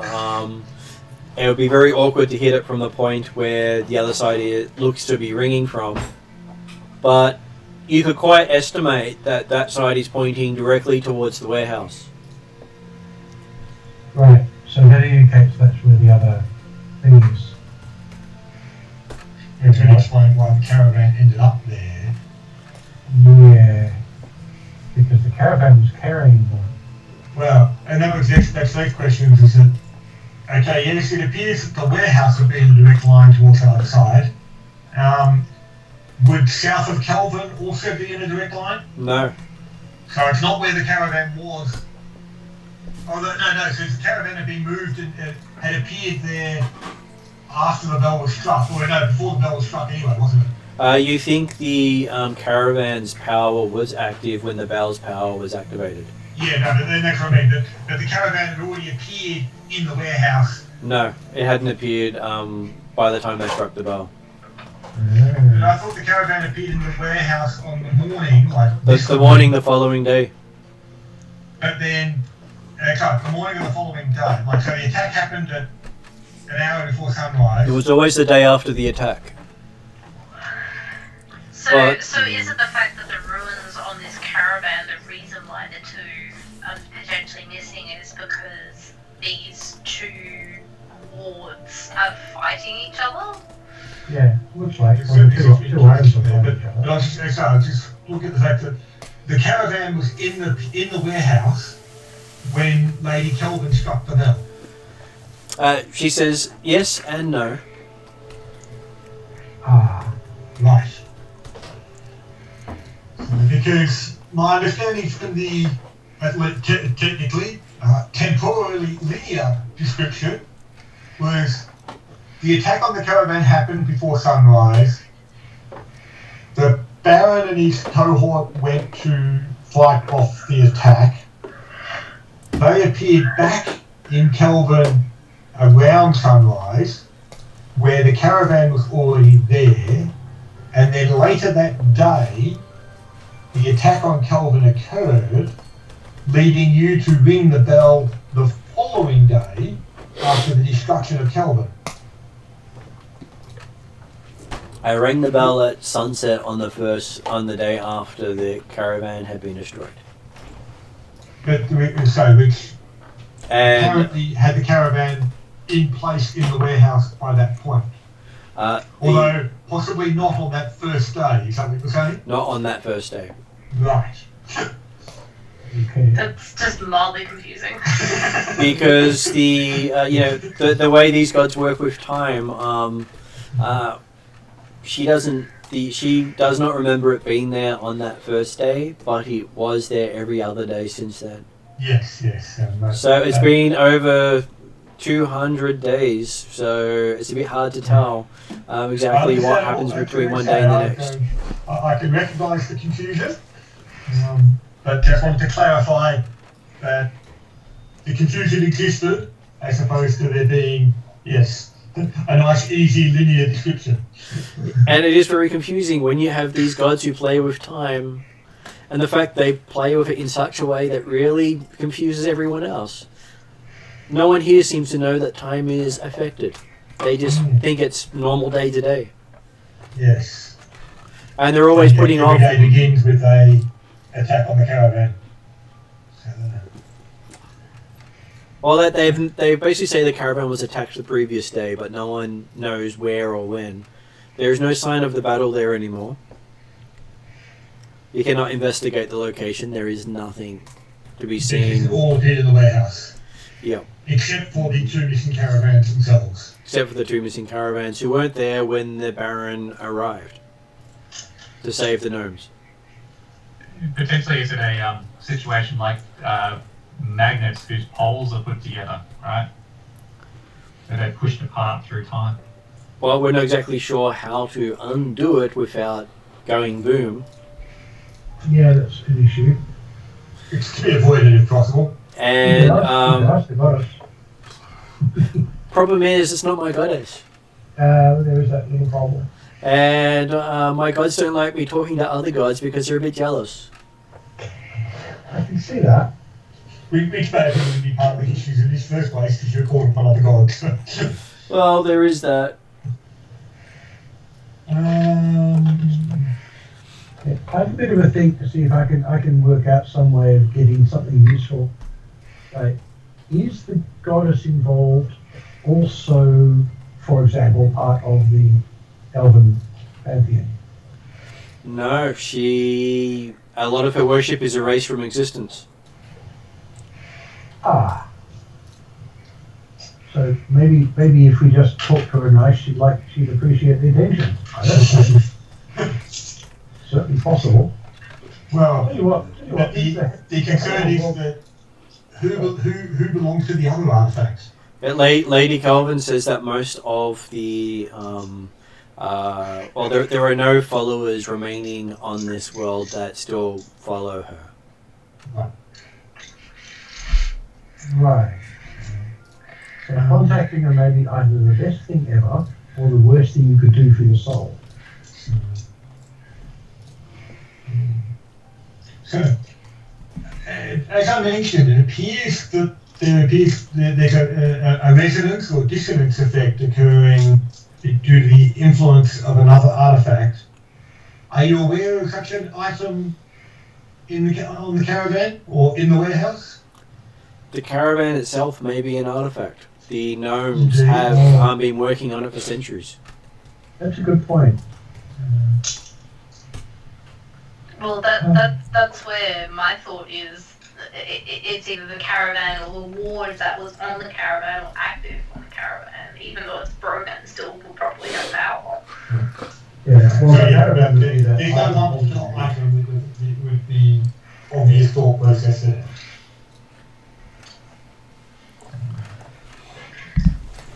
Well, it should not matter because the caravan was glowing. The caravan, well, as you said, is probably the most defensed caravan in existence. Yeah, no, I quite happily agree that it is likely the caravan itself, but hey, if it turned out to be a certain item on the caravan, that might make it easier to affect in some way if we're aiming to potentially bring the artifact together again in order to negate the dissonance or such other alternative. But if it's the whole caravan, which I would agree is likely, it's potentially hard to arrange that. Okay, looking at I don't want that, I'd say, in the thought process. So looking at the angelic seals around the room, they seem to be one per god for the Asian religion.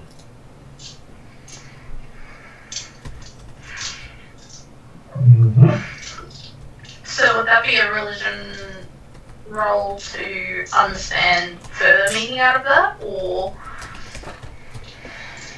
You've never seen a gathering like this before. It's basically each one is asking for a champion from the god. So was people's name under the Pantheon's name, or? It would be the actual Immortals' name, and it wouldn't list the name of their champion because then anyone could call them. Oh, right. Those artifacts or those items were gathered by Lady Caravan, affected from the Calvin Temple. Is that correct? Yes, that's correct. Yeah. So it's a good thing that the rest of the townsfolk and the land don't actually notice the theft every day. Well, she doesn't steal them every day. These don't move. So who's playing with dice in the background? Sorry. Your mic's as good as he.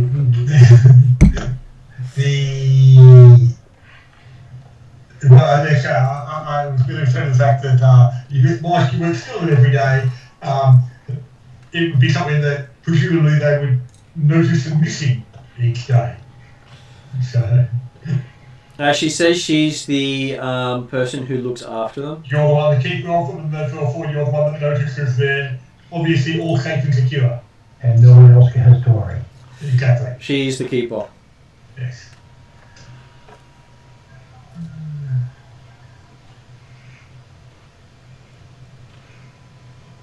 Is this glowing a particular colour?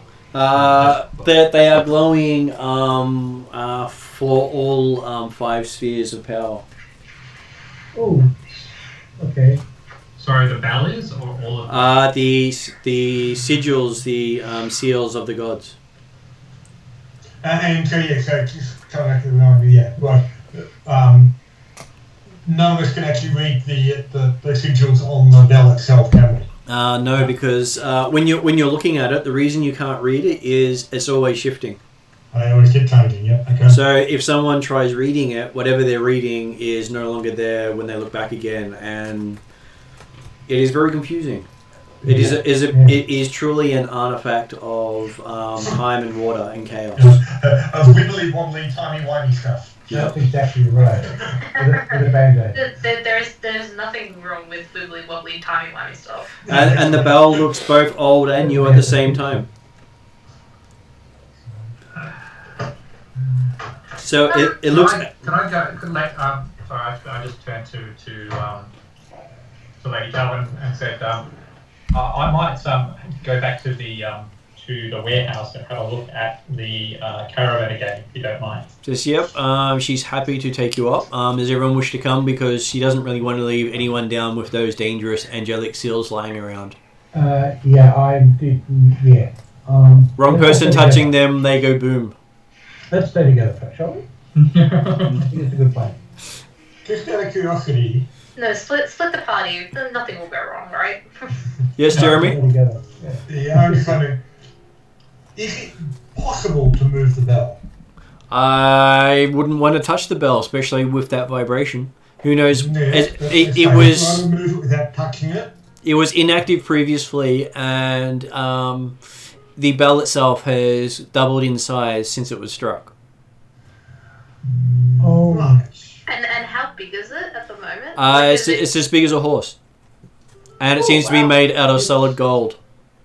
And so therefore, yes, it wouldn't actually fit up the stairwell even if it could lift it and move it. Is that right? That is pretty much her dilemma.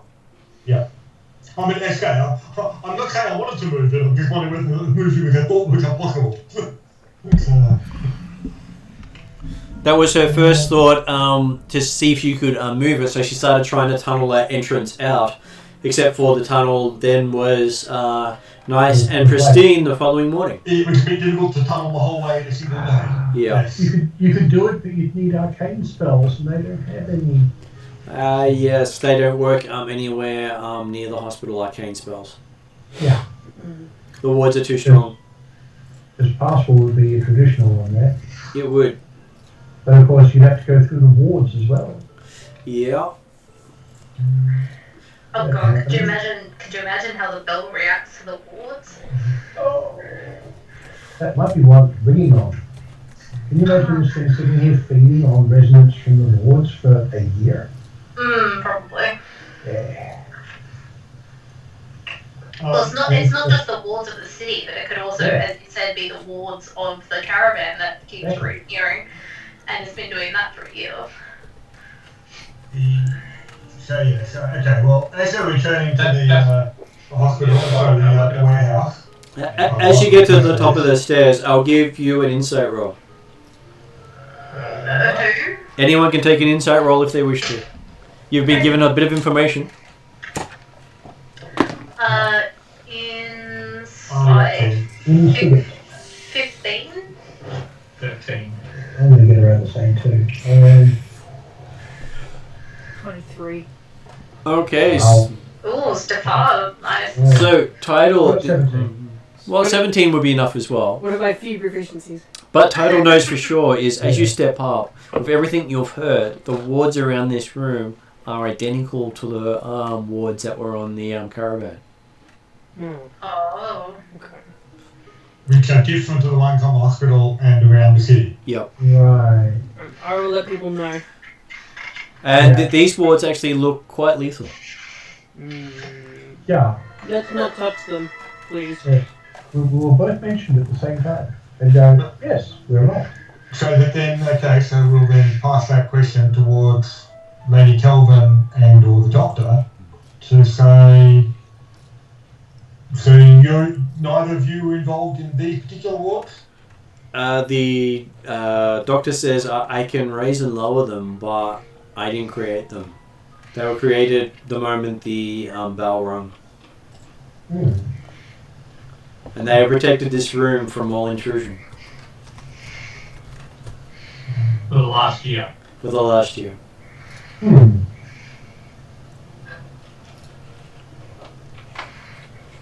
Was there potentially many intruders into this chamber before the bell was rung? This chamber was the last remaining part of the city to fall before the bell was rung.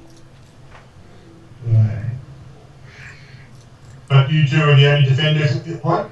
I believe there may be a couple of people in outlying parts of the city, but we were the only ones in the hospital.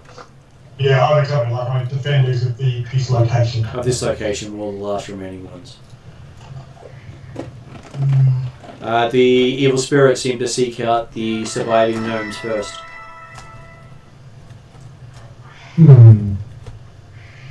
What was gnome targeting? Does anyone ask the gnomes what they were transporting? Oh, we know what they were transporting. They were transporting mechanical weapons of war to help protect the kingdom. Well, the duchy at this time, actually. Now, I got mentioned the bell was going bigger. Do they know if the extent of the time bubble is growing at all? The time bubble does not seem to be growing or lessening. It seems to be maintaining, which is an unusual magic. So the bell grew to this size instantly and has remained the same, or is it growing gradually bigger? When the city restarted, the bell was that size. Right, Oh, okay, so so it's just- containers. Yeah. So the bell grew big once, put the wards around the bubble around the city, and it remained in that position. Yeah. That situation. Okay. And the city, when it reappeared, was far cleaner than before it was destroyed. Yeah. So it was not actually put back in the same way as it was the morning before the attack. And the people all seem... It was better off. It returned to a more pristine or newer state. It was more of a newer, cleaner state, and a lot of the people are a little stale and a little off. They're not quite the same. So it's pulling life out of them and putting it in the city. Did the... I'm sure, let's say, if the city was put back into a newer state, but not a particular time as such, in the sense that each of the buildings could have been built at different times, I assume, but each building was returned to new as it was the day before type stuff. Is that the situation? It wasn't that the city was... No buildings disappeared. No buildings disappeared, and all the buildings that reappeared were as if they had just been constructed. Yeah. Which, considering it took them over 35 years to get to this point, it's quite an accomplishment. Yeah. Yeah, but if people are a bit sort of drawn out and wan, and something's pulling something out of them. And yeah, that they don't have the same amount of life in them as before this war came up. Yeah, I bet I know where this tide is coming from.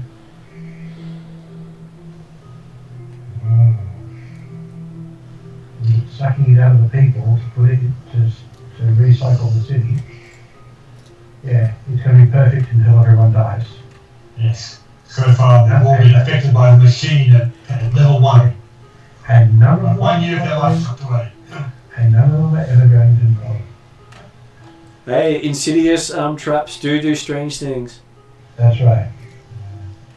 Just imagine your characters could be trapped in it. Yeah, no. Let's hope not.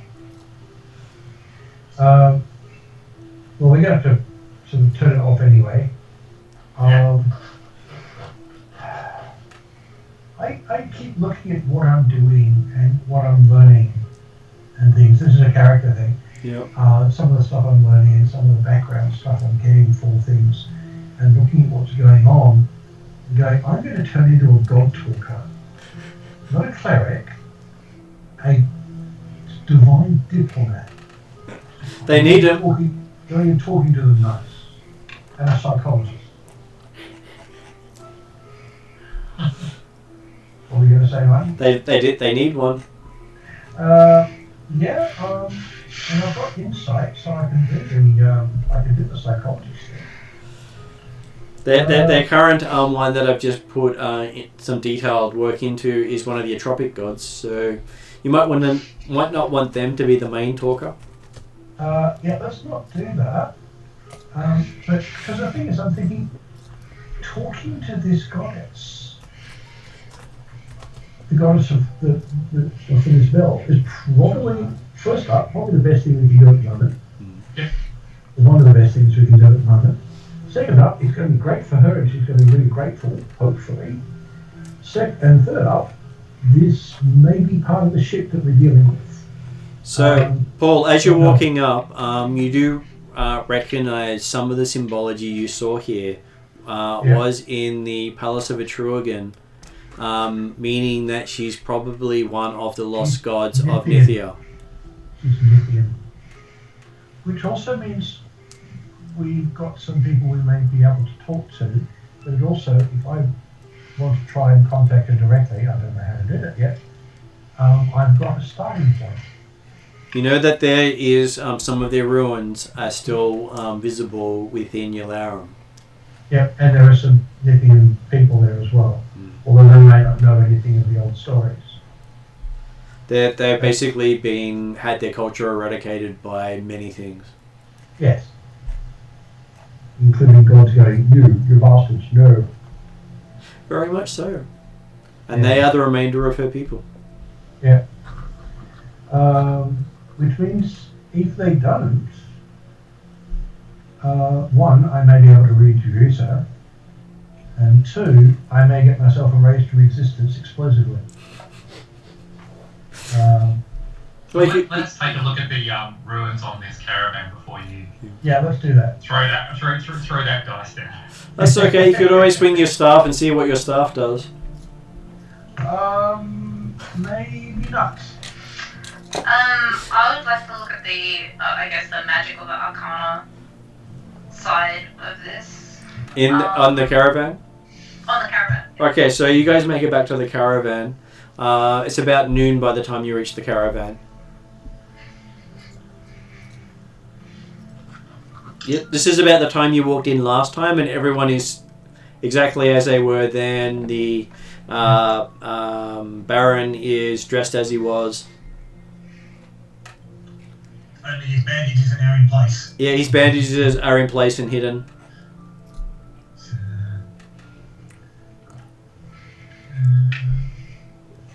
How long to the attack was it?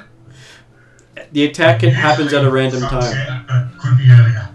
No, the one that you went through. When was it? How long was it then? About 2 or 3 minutes from now.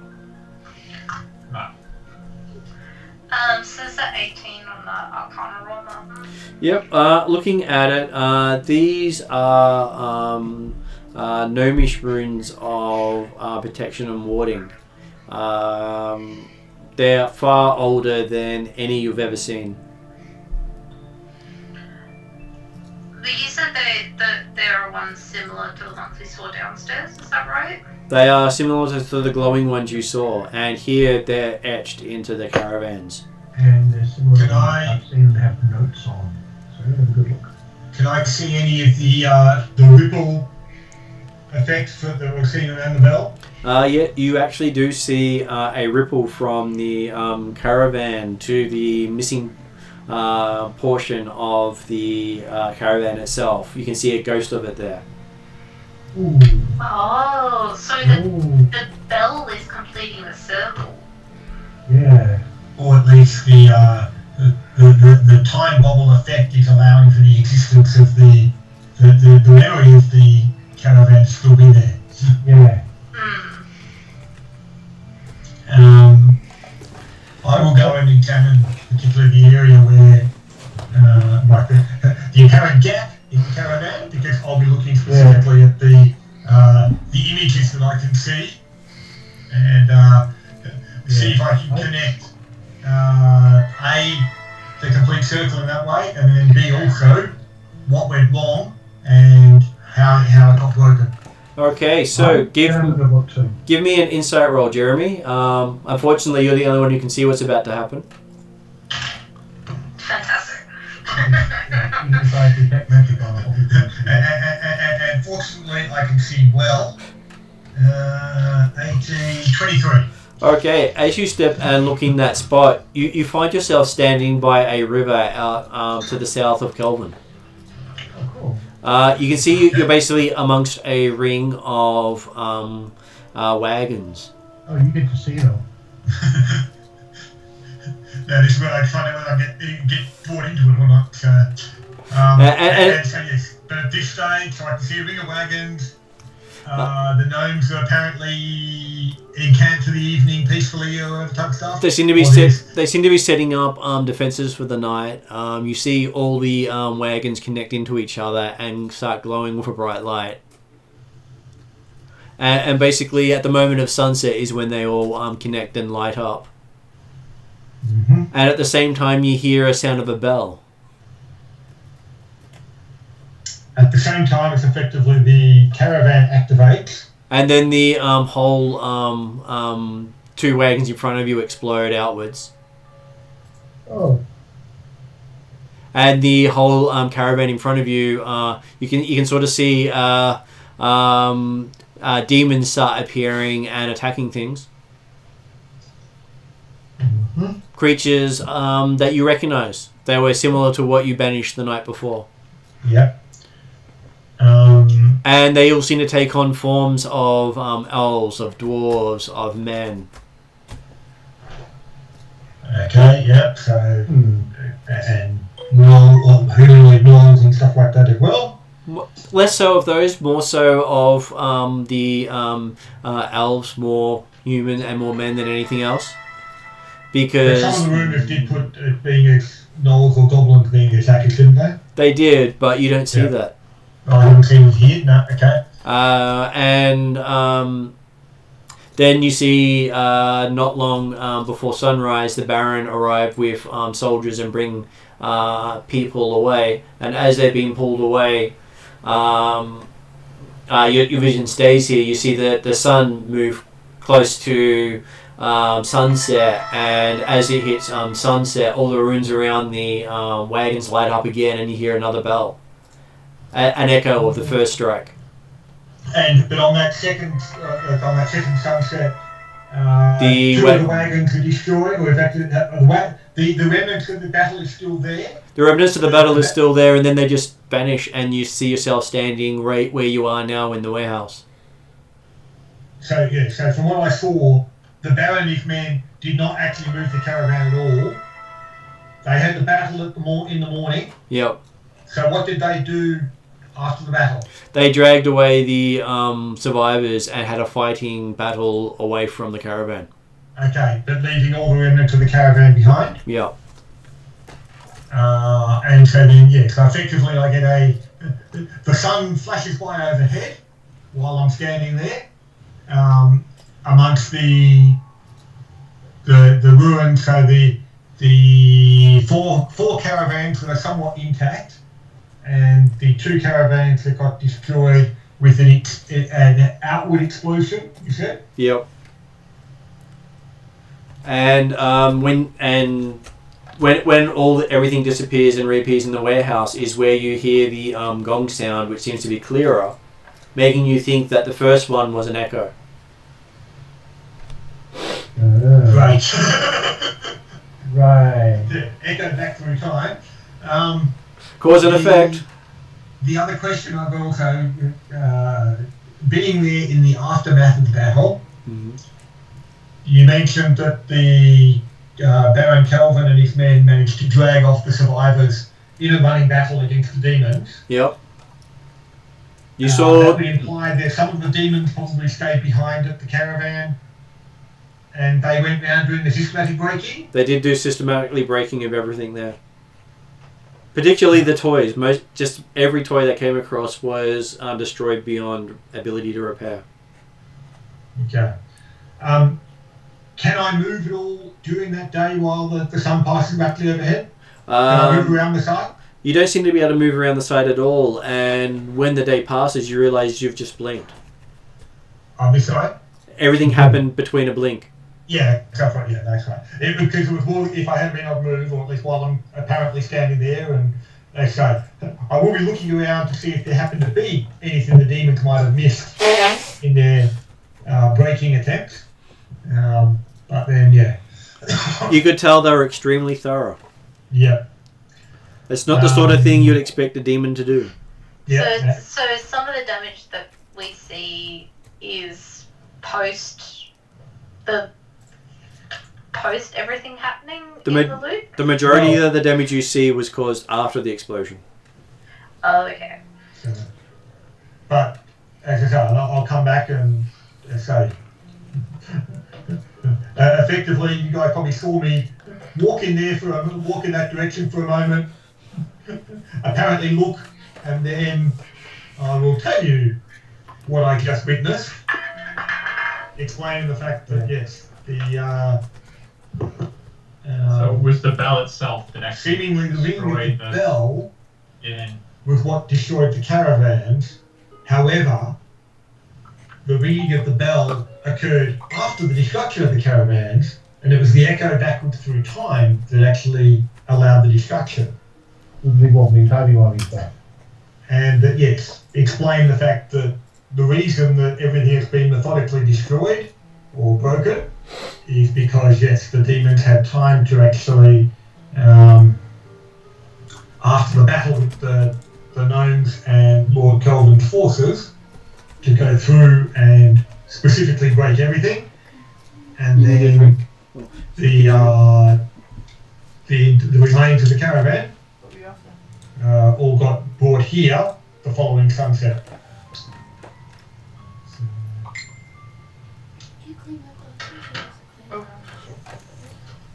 So how do we break the loop?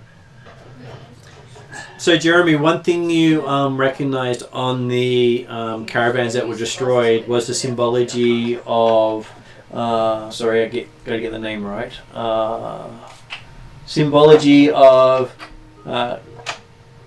Kingror. Kingror. Yep. K-E-E-N-G-R-O-R. Aha! Well, this is where I can help. Because I've been researching this one. It is the one you've been researching. Yes. Or Which for him is, to, okay, so he gets sprayed. he Penalty gets got a sprayed, whole so 9 on with his he's +7 on religion. So, That's why I didn't give you the whole details. Yes.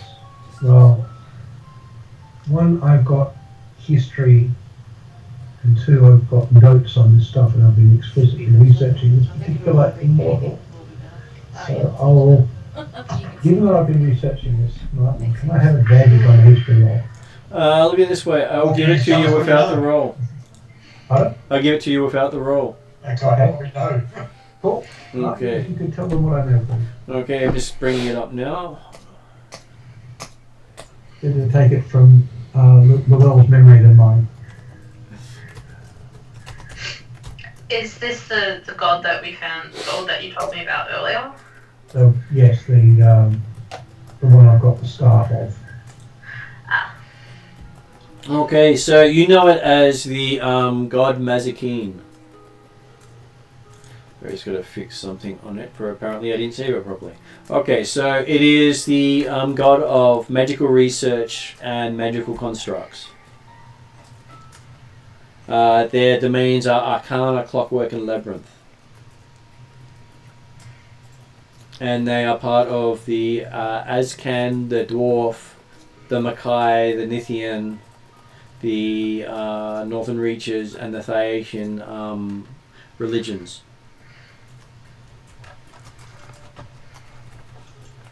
And he is a god of energy, so god of fire. Yeah. And fire and water gods generally don't work well together. And is this why we're called Malu? Pretty much. Awesome, so how do we fix it? So you need to break that loop, right? Well, if Keycraw's involved, then asking him actually becomes worth doing, and also possible. So, just confirming, so King Goro, or Magic MS King, is a immortal of energy, whereas Chadas was immortal of water. Is that what you're saying? Yeah, immortal of time. Immortal of time and or element water. And Yeah. flowing water sort Yeah. of thing. Yeah. Yeah. You've got a god of magic versus a god of healing here. Yes. Oh God, I'm going to talk to them, aren't I? There is one aspect here that's potentially interesting, or we were talking about whether or not there was any chance of moving the two artifacts close together again and doing something that way. Technically, you've got an artifact of the... We don't have to move the caravan to the bell, because you've already got an artifact of Mazikeen, haven't you? Yes. The wagons that were dedicated to the Mazikeen are the ones that are missing. So No, but didn't you say your staff was... my staff could actually pass through that, although I may not be able to use it until I'm actually attuned to it properly. You can only try. Yeah, it's worth a try. Well, I'm not entirely certain I have it worth a try right now, at least not till I'm a long way away. Actually, really, at the moment, I don't think it would matter much. Yeah. Of the caravans that are in the warehouse, there's 4 of them, right? Yep, there are 4 of them. And There's they're still two there's- memories of yeah. caravan just over there. they're still connected, right? So they're still in effect in a circle in the warehouse. Yep. Right. Can we not just disconnect them? They are. The connections are all broken. Because the two caravans there's only memories of them rather than actual... Yeah, no. I just but if there's memories of those ones, if the rest of them are all connected, then the memory would say that they're all connected, right? But if they disconnect the ones that are not memories, that is, then yeah. But you're saying that they're not. The 4 that are there are not connected to one another. They're not physically connected. They're lying in a position near to where they were connected, but they've been ripped asunder. Because, of course, they were not connected, and so I would confirm they were not connected by the end of the battle. No. After the demons who dealt with them during the day. The demons have ripped them apart. Yeah. So there'd be no way, even with like a mage hand or something, that would be able to sort of because The their physical and or spiritual connections are kind of separate right now. Yeah, you'd have to remove the connection from the bell to actually have them come apart and stay that way.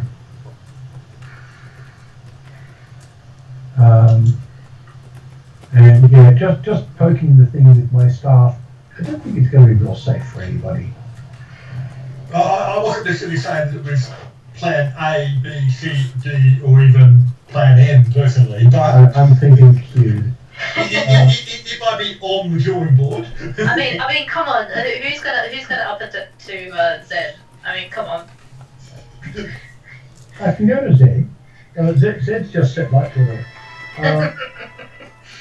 Well, you do know that the Staff of Mazikeen has the ability to suppress magic without attunement. Yeah.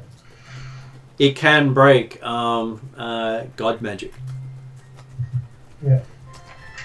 But at what point do we want to break the magic? Do we want to do it after we beat the attacker before the bell rings its echo again, or? Did you say that you saw them bringing the wagons together?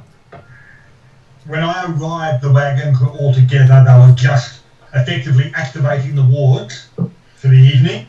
And the point is, at the moment they activated the wards, was when I also got the first echo of the bell. Can you step through the area that's shimmering?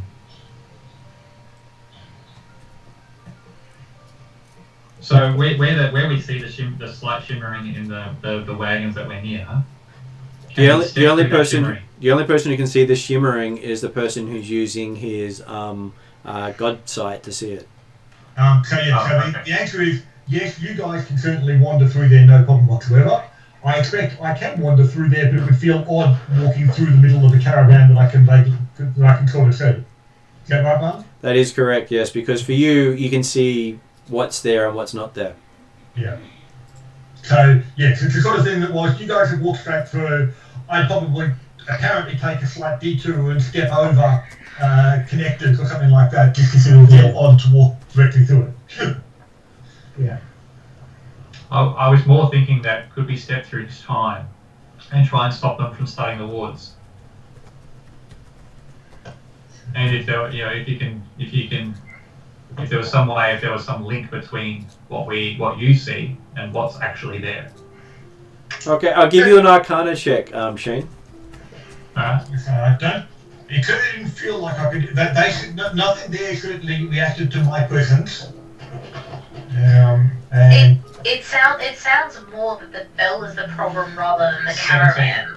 Okay, so from what you've understood, looking at stuff here, what Prayer Deer saw was an echo, not the actual event itself.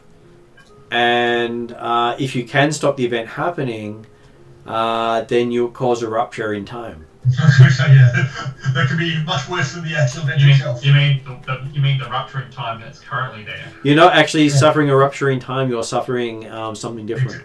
It's a nice closed loop at the moment, it's all contained.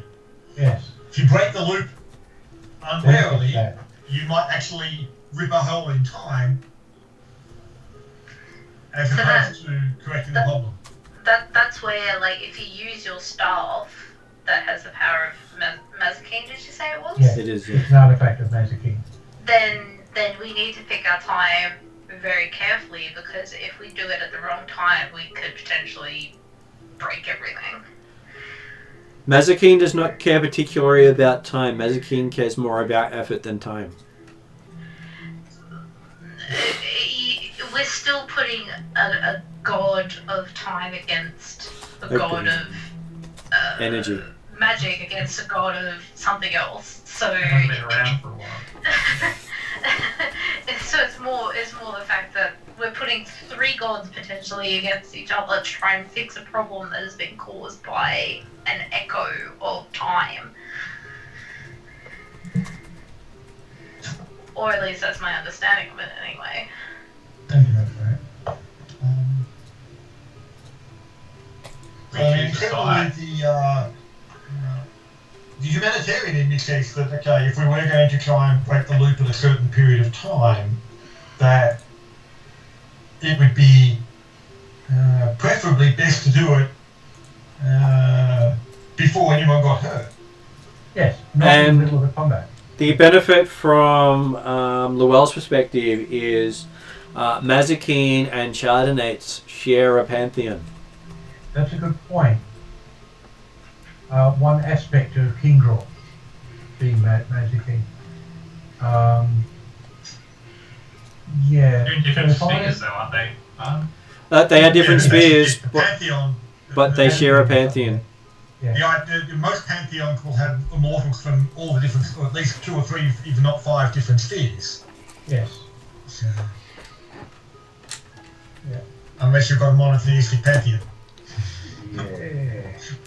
The dwarves only. Rare at the moment. Well, the dwarves use have a pantheon of 2 spheres, energy and matter. They don't care about the rest. So out of character a bit, Martin, having played the original Mystara. Yeah. How much have you changed the spheres? I haven't changed the When it comes to spheres much, pantheons. but I've changed how they affect everything. So every race is aligned with a sphere. So the different flavors of humanity are tied to spheres. I suppose I'm thinking more along the lines, and this is completely out of character, and it's more just as a clarification, is originally there weren't really pantheons, there were only spheres. So what I've got is there are religions before, and the religions are now pantheons, and they're generally racial pantheons. So this is what the race believes in, and they've got an ideal, and these guys will work together for the people who believe in them.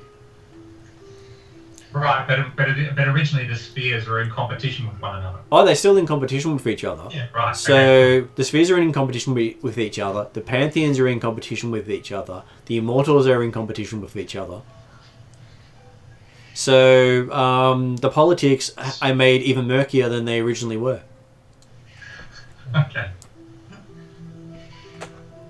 Yes, he's Well, that doesn't help us in this situation, because in effect what you'd be doing is choosing a side. Yep. Time or energy? Which one do you want? Well, and of course, that's assuming you're not picking entropy. That is true. Well, the To go ideal, back to us, to By confirm the question, definition, you are, because yeah, anyway. the ideal here Just is me, not to important. contact, hopefully both gods at once, possibly just Ingor. Say, hi, could you come to an agreement with this particular goddess and unleash these 2 things, please? Well, and if she desires a, for example, a small shrine somewhere or something of the kind, I'm quite happy to go with that. You're looking at what you looked at what appears to be the only remaining shrine of Chardonnates in existence, I know. which is underneath a hospital. And is not presently in use as an actual shrine. See, this is where things go to come in a bit weird, because this is sort of god level shamaning. Because if I say, well, look, if you do this, I'll set up an actual shrine and I will give you veneration, so you get some attention. I then have to persuade the other gods that I've got contact with that this is okay. Kingro's probably going to be fine with it, but I don't think Ulsendor will. And this is god level politics, and I'm like level 6. What the hell is going on? If you're immortal and you have to make a choice, that's nothing to way to work. I know. I'd like to clarify one thing, Martin. Yep. That so obviously we've got this resonance/dissonance between the 2 artifacts of these 2 gods of the pantheon. Yep. The serpent is merely taking advantage of the situation. Well, look at it this way: if a third entity chose to put a little bit of its power into it, it could have caused a dissidence. Right. Yes. So it's not like Requesting for food. the serpent has actually got a direct interaction with the confluence of events. He's not just taking it. Taking advantage. So, well, look at it this way: energy has been dissipated and time is being drained. So who would have summoned him rather than this other goddess who is kind of forgotten? Is that sort of what you're alluding to?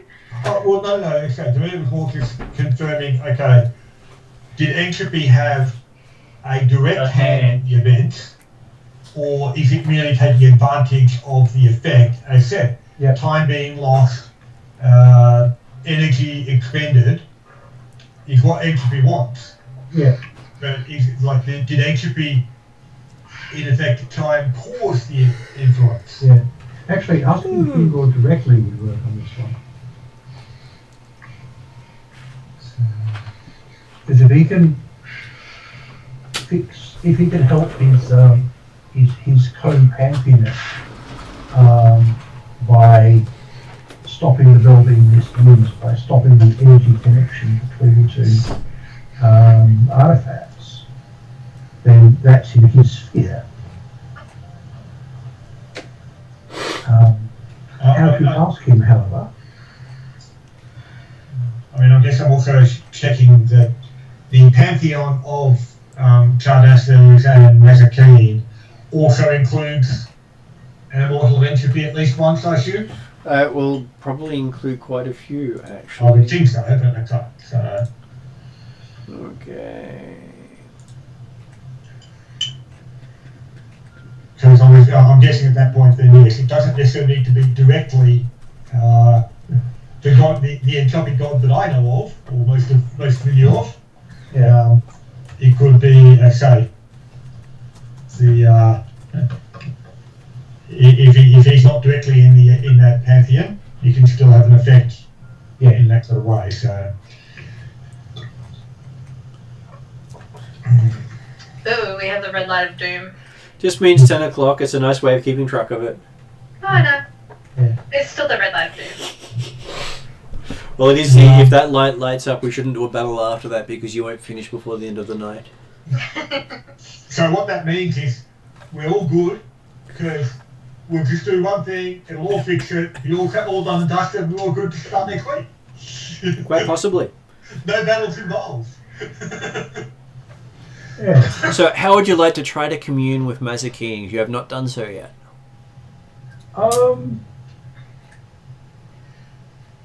My brain hurts.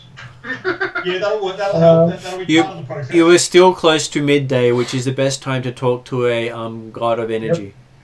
Just for everyone else's benefit, I cannot see anything on my screen other than grey. So I don't know if anyone else can see it. Okay. I've got seems to be working fine for Norman. Well, I will flick it and see if I can fix it. Yeah, I've got no video from you. The screen share is working fine for me. Yeah, screen share is working fine, but there's no video from you, so yours is gone. Well, sometimes it just needs a refresh for people. It should be popping back again. Yeah. Alright. Okay, I'm willing to try. If I go up in a burst of flame, please remember me. So give me a religion roll as you find a nice sunny glade, sunny bit of marble area. Shouldn't you be rolling for your will first? I'm also going to make a fire and a brazier. Yep. Particularly, I'm going to use a red copper brazier. Yep. Or red bronze, something of the kind. Basically, as many fire-related elements as I can get, and if I can, I'll put a clock next to it as well, because that has two sides of the congruence here, confluence, because you've got her as time and him as I think three of his aspects are actually about gears and clockwork. an applied energy. That way. As you're getting ready, leaving the warehouse to set yourself up for that. Yep. Peladier will actually ask Raven. He's allowed one question while he's got the aura active. Yeah. So you'll have to roll for it. Yep, that's right. But okay, basically he's asking Raven as to who might be the best to unravel this time bubble. That's your Raven rather than mine, of course. Yes. 15... 22. 22. Okay. That definitely goes off quite well. Okay, Raven answers. Raven says that the best person to undo the time bubble would be the person holding the staff. Fair enough. So then, Peladier is happy that that's the way the thing's going, so he's not going to actually make any comment about it, except to say, yeah, you'll keep going well, you're on the right track, I'm sure. And then you said, where did you say you were setting yourself up for this ritual? Somewhere sunny. Somewhere sunny? Okay. Well exposed. Peladier is actually going to return to the hospital. Yep. And be standing guard, or at least nearby the guards at the hospital, ready to repel an attack if it comes through. Yeah. Yeah. And if I can get a red-coloured clock, even better. Now, given what I'm doing, and the fact that I'm basing a lot of this on the research I've been doing, can I, especially considering how it's been used for me, can I use history rather than religion? No, it actually is a religion roll to contact them correctly. Well, that's going to be an ass. It's going to be a hard thing.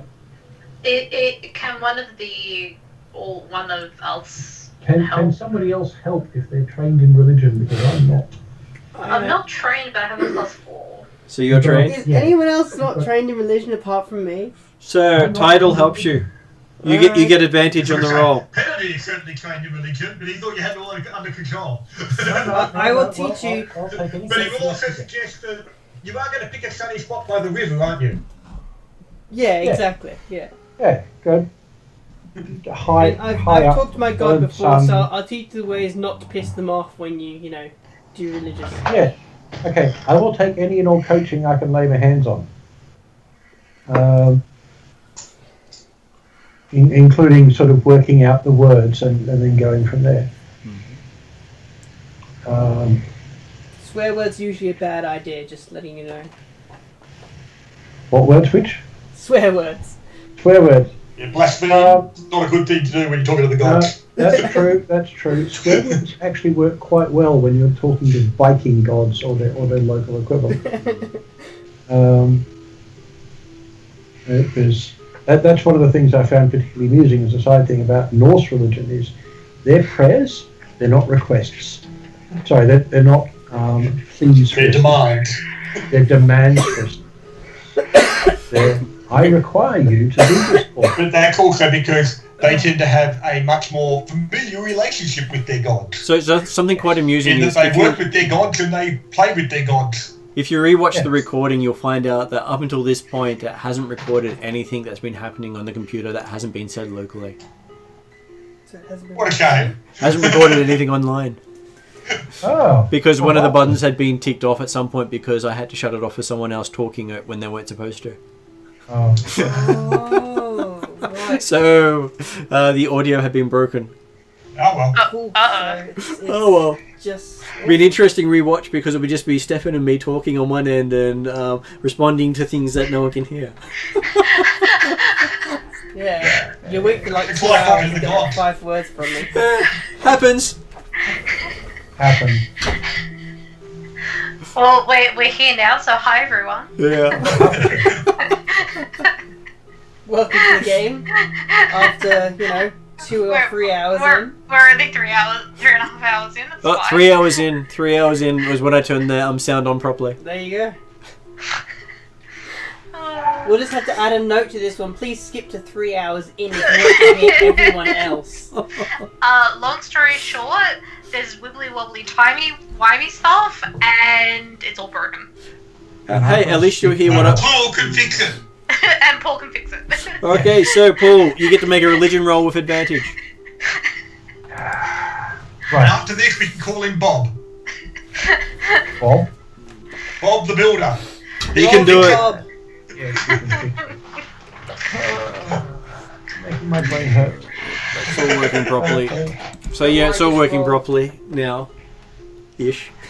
Your brain will stop hurting once you roll. Okay, So give it an all. Did you get advantage on the roll? I got advantage. Thank you very much. Which is a good thing because one of the rolls was 4. Unfortunately, the other roll was 3. No.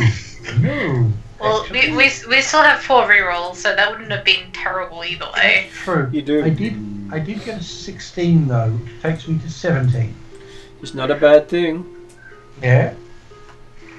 Right. If this isn't sufficient, I would use a reroll because it is what they're for. Yeah, but no, you're probably going to get worse. Okay, Probably. so as you're sitting there praying, this is the first time you've actually reached out to something other than an elven god. Yes, I was sort of hoping to do more research before I got to this point, but And you have an image of a humanoid with 4 arms, and he seems to be operating many objects at the same time. He's quite slender with a square face, and looks very greased and ungroomed with long black hair. His head is disproportionately large, and his spine and neck are curved because of the weight of his head. Somebody needs a chiropractor. or a neck brace. And he turns to look at you, and you realize you have communed with Mazakeen. I have. Excellent. And you had not actually seen what his appearance looked like written anywhere. It's not something that he has written down. Well, yeah, because I had an encounter with him first time, but it wasn't this clear. Yeah. So So you are advancing along your path. I hope that I am doing so in a useful and preferably respectful manner. I've gone a little faster than I was expecting to because of circumstances. You have not died yet, so that is a good sign. I consider that an absolutely excellent sign. Thank you for your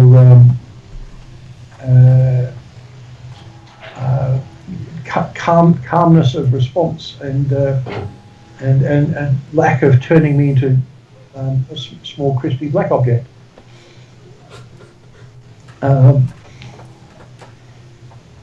He doesn't necessarily not turn you into a crispy black object. He's got you in mind, that's all. No, that's oddly specific. He might do so. He might do so if I either bore him or say something wrong. Don't stress. Hey. You Yeah. cannot call on me very often, so why have you called on me now? There is a circumstance in the city that I am in that involves 2 artifacts that are interacting with each other.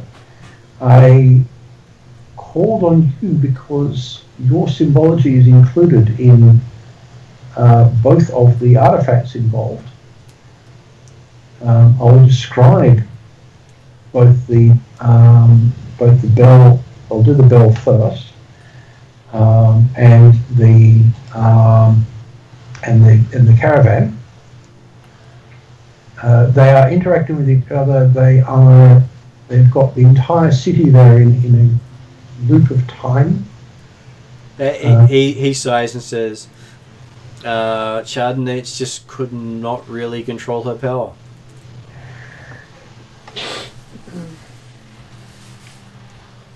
Is there a way to even temporarily separate the 2 artifacts so that they're no longer interacting with each other. You possess that power in your hands, is how you contacted me. But I do not yet know how to use it. I apologise, I have not yet got that far in my researches. Strike it with the staff. If you do not die, it will stop. It works. Well then, Do not abuse that power because it will kill you. yes. Thank you very much. And what was the name? Sorry, what was the name you gave for the goddess? Chardonnates. Chardonnates. Give my regards to Chardonnates if you see her. No one has seen her for a long time.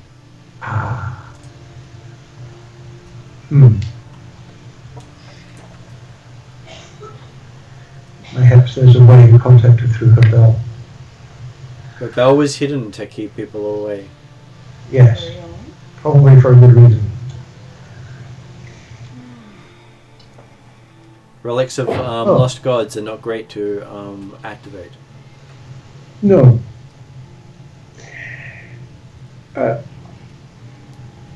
Thank you very much for your time and very much for your forbearance of my interrupting your labours. He gestures and you find yourself staring into the flame.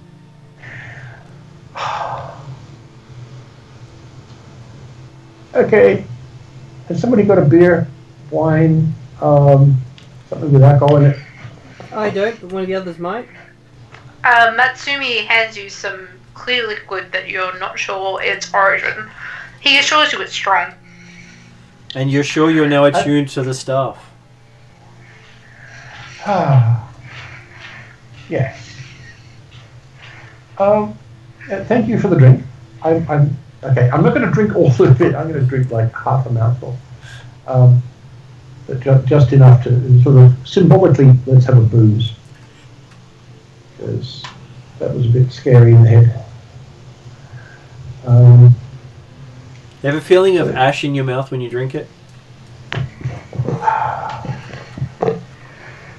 You did just commune with a fire god. Yes, I know. Everything's going to taste of ash for a while, isn't it? And you didn't do it through the protection of a spell.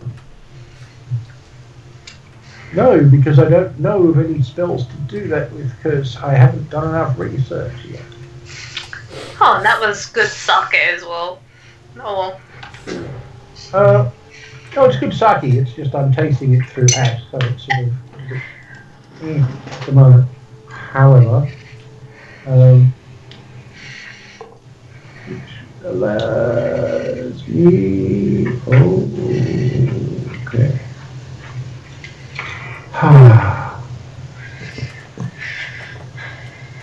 So this is going to use the suppress effect, isn't it, Martin? It is. Yeah. So you guys are heading back towards the hospital now, are you? Yes, we are. Put the fire. Actually, I'm going to let the fire burn out because that's better at this point. Yes, putting the fire out would definitely be an offering to the god of time. Yeah.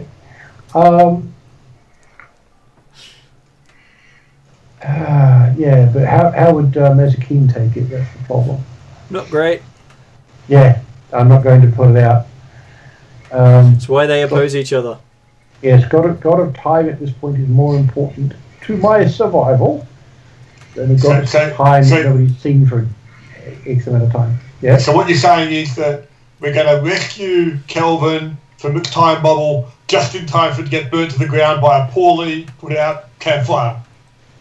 Or possibly me exploding in a huge fireball. Well, it probably was meant to happen if it happens. As you approach the hospital, Paradis will come forward and ask, are you ready to follow Raven now? In the manner of follow you to a place, certainly. Raven said you were the one that will ring the bell. Yes. And I have the bell ringer to do it. Hey, we knew that. You knew that. You talking to Raven. No, we talked about that before. We said the fact that you had the staff that would ring the bell. Admittedly, we hoped to come up with a few plans between that time and this one, but hey, plus there's apparently we ran out of ideas. Plus there's the thing of I actually had to talk to Mazikeen to get attuned to this properly, so I can actually do this right. I'm sure it works fine.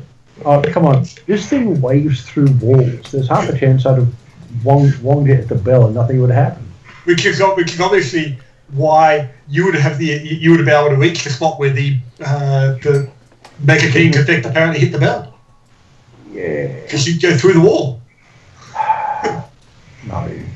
But let's go do this. Now. Okay, Paul, give me an insight roll. Okay.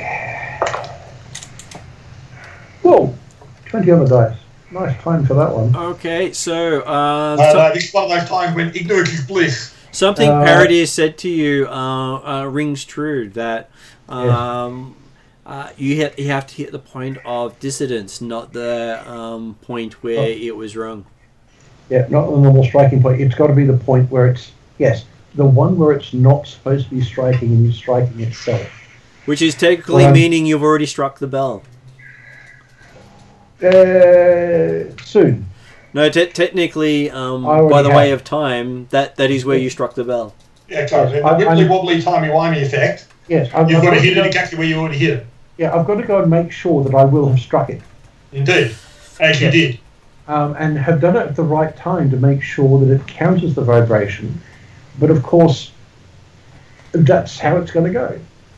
So let's do this. Because you've already done it. Yeah.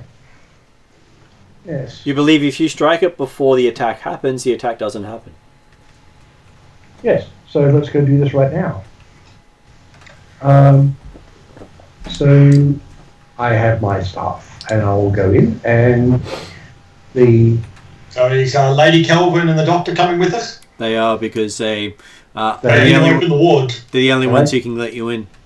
They're also nowhere in the world are they going to miss this. If they've been stuck here for a year, doing the same day over and over and again, and you think they're keen to get out? And remembering all of it. And of course there's the thing of, well, there's multiple artifacts and there's god stuff going on. Come on. Miss this? Bugger that friggin' soldiers. Like I said, the most important reason is we need them because they need to open the wards to let it through. Yes. So that too. Okay. Alright, to the bell. To the point where Parody indicates the So Parody will location. walk up to the spot where he can get to actually say and look and say, yep. You see, that's the spot you want to hit right there. Right, which means What you did? Yes, which means standing here with my shoulder on the wall and basically doing that. Well, the staff pretty much passes through the wall to strike the bell where it's at. Through the wall. Yep. Yes, which means I can do a strike that no one else can do. Well, I did say you'd already done the strike. Okay. Yes. You don't need a roll because we know you hit. Because we're still here. And you feel the power of Mazikeen surge through the staff. And the bell shrinks back to its normal size. Does it make an interesting ding? Or it's an anti-ring? Makes no sound whatsoever. That's right, it's an anti-ring. The hum that you heard is now just gone. I just sucked all the ring out of it. And the staff of Mazikeen is now glowing with a golden hue, the same hue that the bell used to glow with. Yes. And you'll wake up again tomorrow, today. But it goes to you, so it's okay. No. The power's actually inside the staff.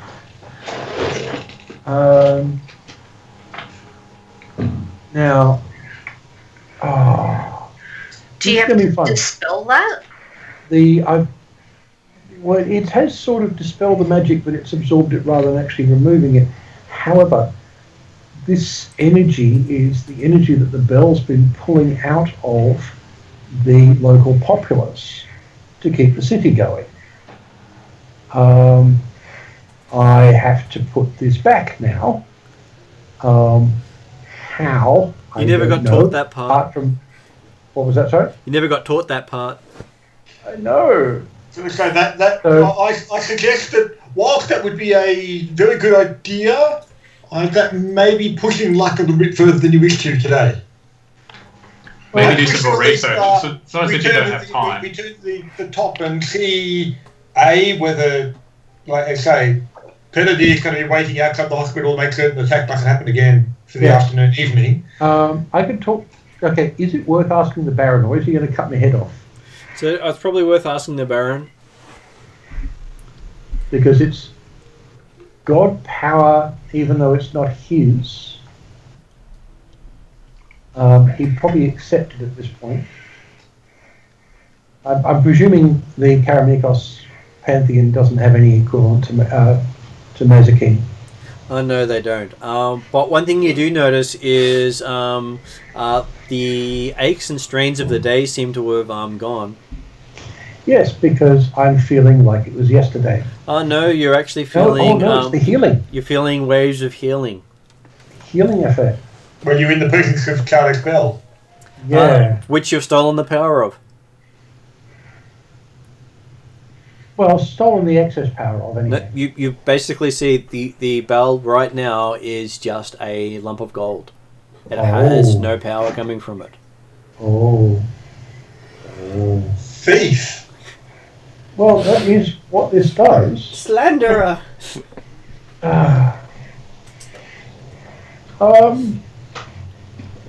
Yeah.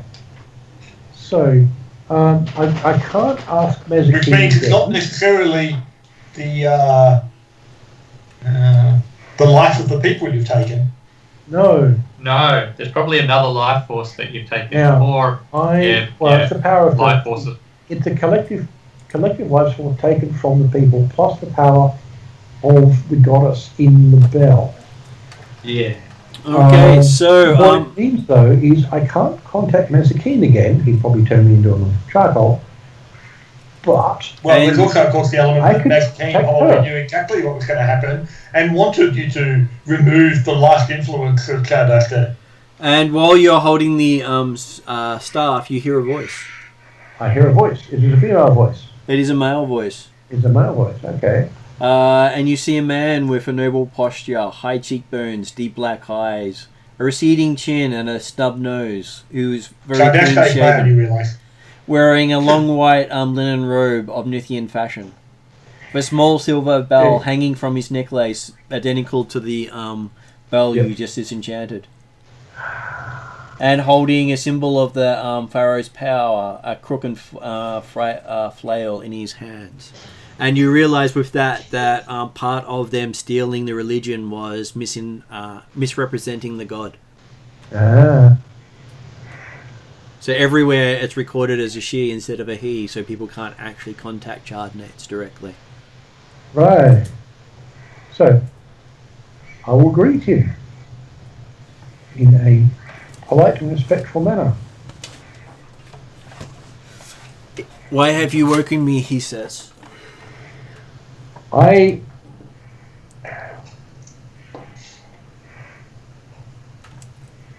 am saving many lives in a city in which your healing bell and another artifact were in destructive resonance with each other and was harming people's lives. To do so, I contacted Mazikeen, whose staff I wield, and he told me to strike the bell with the staff. This has been the result. Unfortunately, I have not had time to learn any more about how to use the staff apart from what I just described. And at this stage, you understand you're actually speaking ancient Nithian. Well, I'm not entirely surprised. Well, not shocked. I'm surprised, but I'm not shocked. I do know a little of your religion and your people, having studied it in a temple a long way from here. All but a smattering of it was removed. Yes. They corrupted the power of the bell. Yeah. Now, I have no problem with the bell being a healing bell and being yours, as long as it's not resonating with the other artifact that it was resonating with. Is there a way for me to put this power back in the bell without it going back the way it had been? Whatever resonance or dissonance you had created is now gone. So if I put this power back in the bell, it will just be your bell. It will be, and I'll go back to sleep until that time I'm needed. And you desire this? It was told. In that case, I will do that very thing. Thank you for your time. Thank you for your presence. One thing that you might want to consider is, given the issues that Adruaghin was talking about, whether or not Tardesta is supposed to be awake at the moment. And you find yourself waking up from the dream. Yeah. Well, he seemed to know when he was going to be needed. Sort of implied it isn't now. He'll be awake when he needs to be awake. Okay. But I'm certainly not disagreeing with you, and obviously I wasn't hearing the conversation. But yes, I was just pointing out. Hang on. Yeah. No, he didn't say I need to be awake now. Don't do blah. He was basically saying, look, go and put it back in until I need to be actually awake. So I will go and do that. I'm going to be Ow. Given what I've already seen happen with this thing, because I have seen this effect before. First time we got the thing.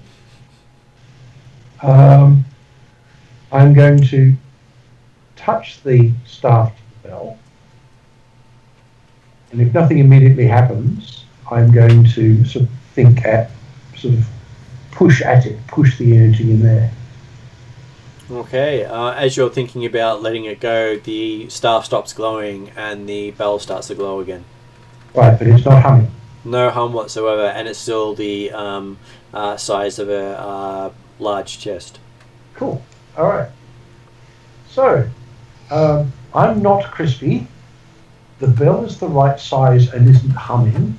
It's not resonating with the other artifact, which means we no longer have a time effect on the city, and no one's being ripped to bits by demons. Well, they probably should go upstairs and just confirm the demons are not going to attack, and then tomorrow comes, I guess. Yeah. Well, let's go upstairs and do that. And we'll tell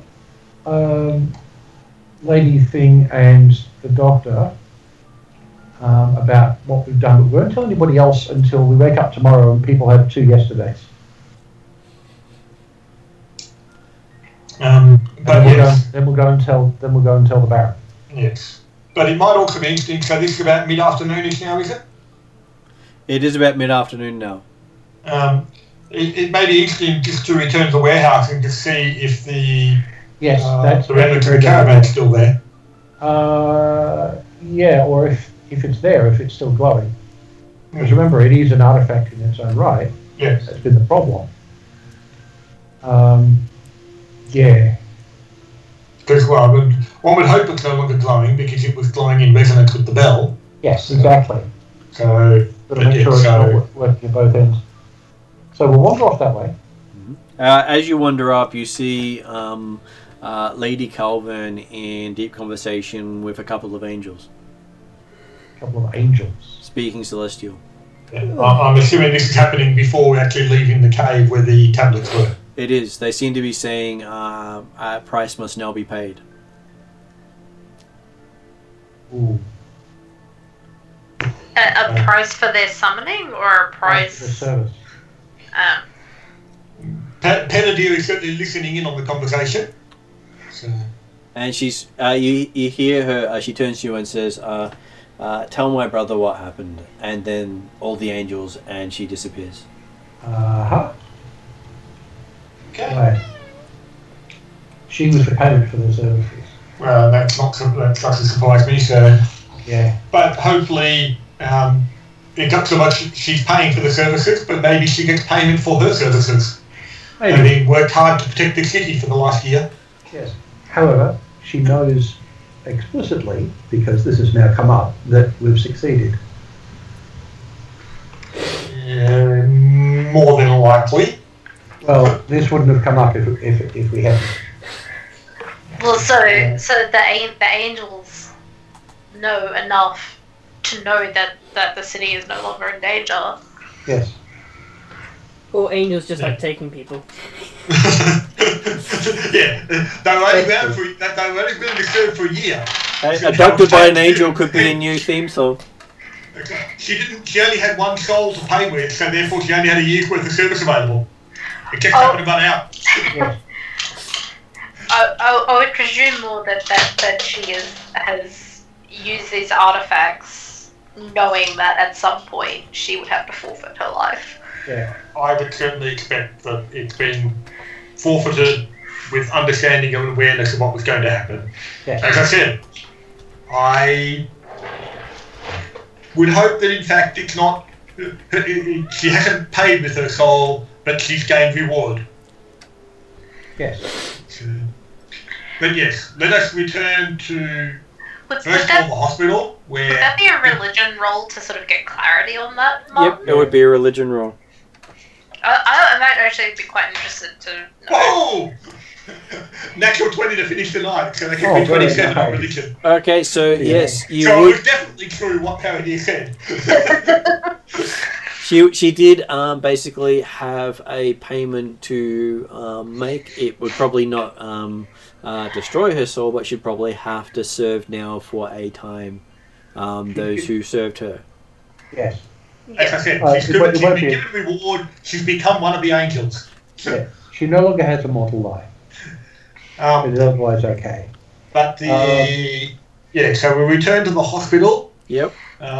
Where the good doctor could have a brief look at his patient with the gnome and just see whether or not there's any variation on the wounds on the gnome. He says he'll know in the morning if they actually start to heal. Yeah, it was more a case of whether there was anything obvious immediately, but yes, that's cool. It's still as a normal progress of the wounds. Yeah, that's right, okay. Nothing's immediately changed right now. But the wards that protect the hospital have disappeared. Sorry, what was that? The wards that protect the hospital have disappeared. Have disappeared, okay. So that means we can leave with that. He could stay at this point, his patient, we can leave with the hospital without too much problem. You can quite easily. Coming out the hospital door, do the guards appear concerned that the wards have gone? Do the guards aware of the wards? They didn't seem that aware of the wards. No. And you can see that there seems to be some burning serpents in the grass. Uh-huh. Sorry, burning serpents in the glass? Serpents. Snakes. Oh, burning serpents, sorry. Yes, some of the angels dealt with. Or it's the, your fire escaped. I hope not. It's right here. Under the carry chains on my brazier. So you said the burning serpents were in the glass or the grass? Grass. It would be the influence of the serpent god has now been broken as well. Yeah. Yes. Okay. He's because his connection to this place was also linked into the time loop. Yeah, that's just so what I was thinking. I was something. Hang on, would that mean they were escaping and they're undisturbed now, or whatever? So happy with that. They're gone. And then head towards the warehouse. And at this stage, as I said, we won't try and make any statement about what's happening or what's going through, but we'll just see if there's any variation on what's occurring there at the present time. Okay, so you get there, you see the guardsmen are there, they open the door for you because they've seen you a few times now. Yeah. Even though we're not being escorted by Lady Melvin, they're still willing to allow us entry. Yep. They're used to us. And stepping in there, you see two pristine-looking wagons where there was missing wagons. Oh.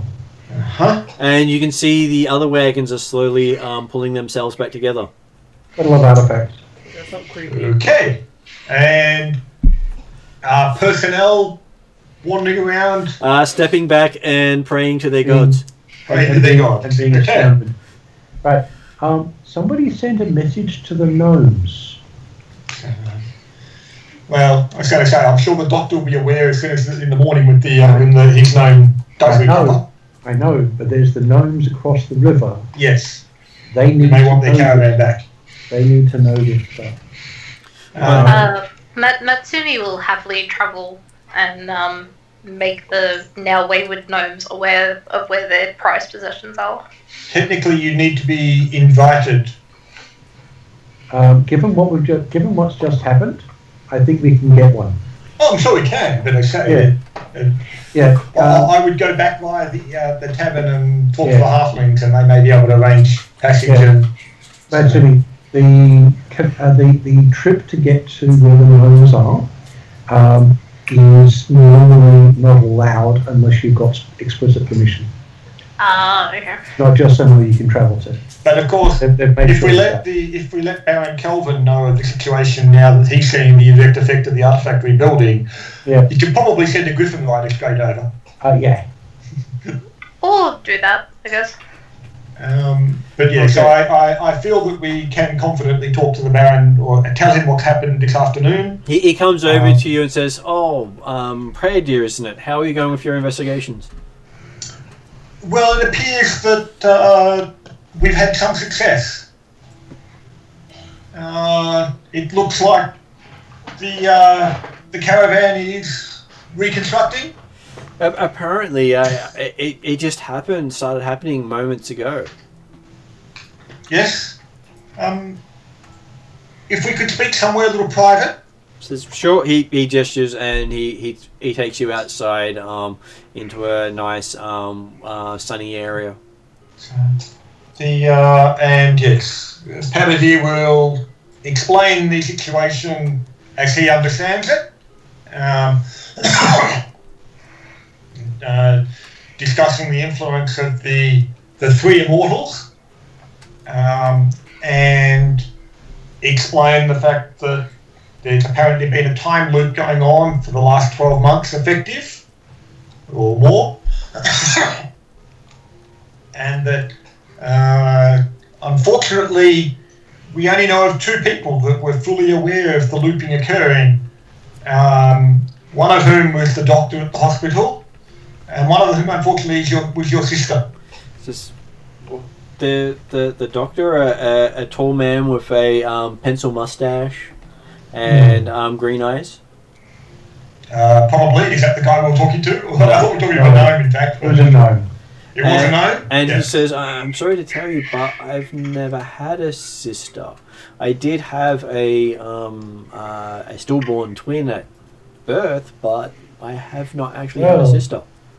Time loops. Fun stuff.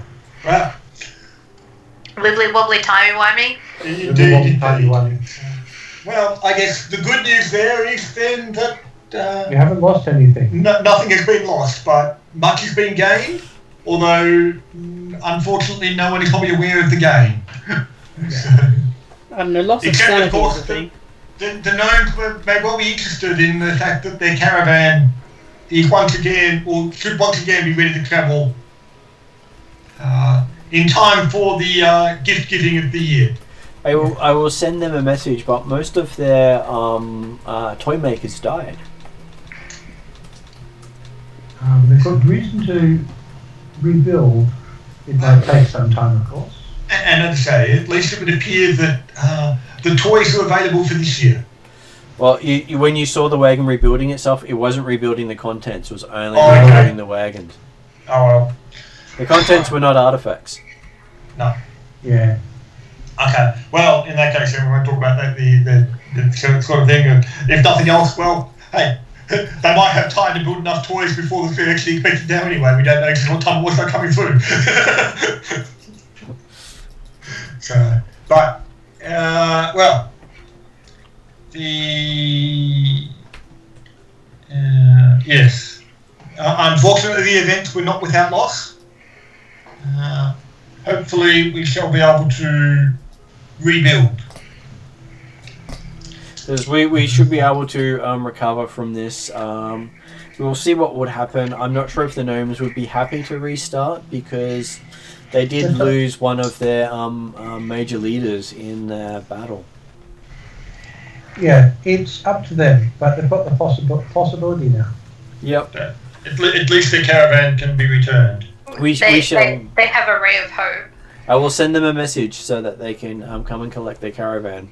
I would try not to move it myself because gnomes have their tribes.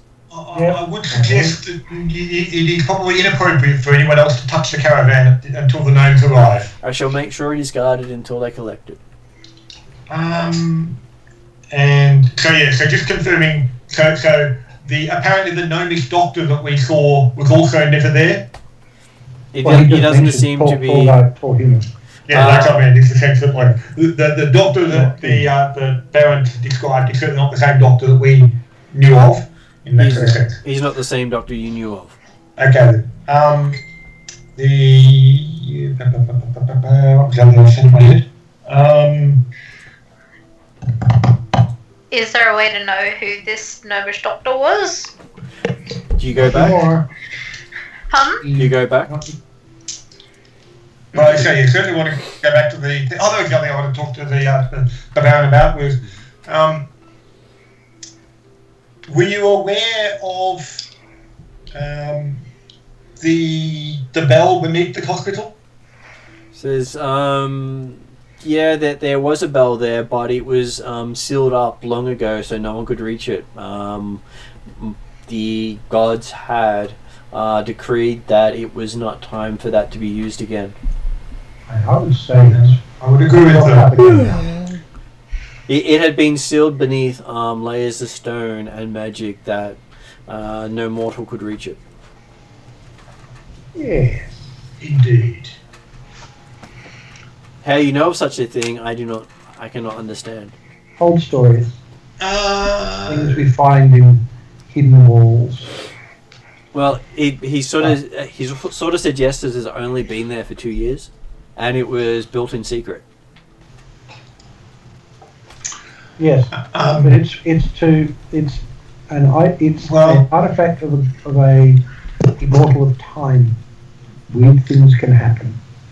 But indeed, yes. Having it secret and buried is definitely the way it should remain at this stage. As Panadier attempts to disengage the conversation, wanting to get to the hospital to see if they can get down there at all, because he's a bit concerned about all the Karamekan Temple's angel tablets that might be stuck down there now too.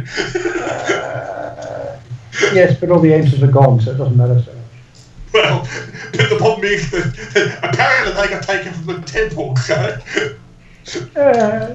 But so Panadier would like to actually just see if we can get down there at all, like see if we've got access to that behind the wall. If we don't have, assuming we don't, then he's still interested. He'll. If we don't have access, I'm going to assume all those tablets are back where they used to be. Well, technically, in fact, actually, they must be where they were. Because that's where they've always been. And because the guardian of the tablets couldn't have removed them because she didn't exist. Yeah.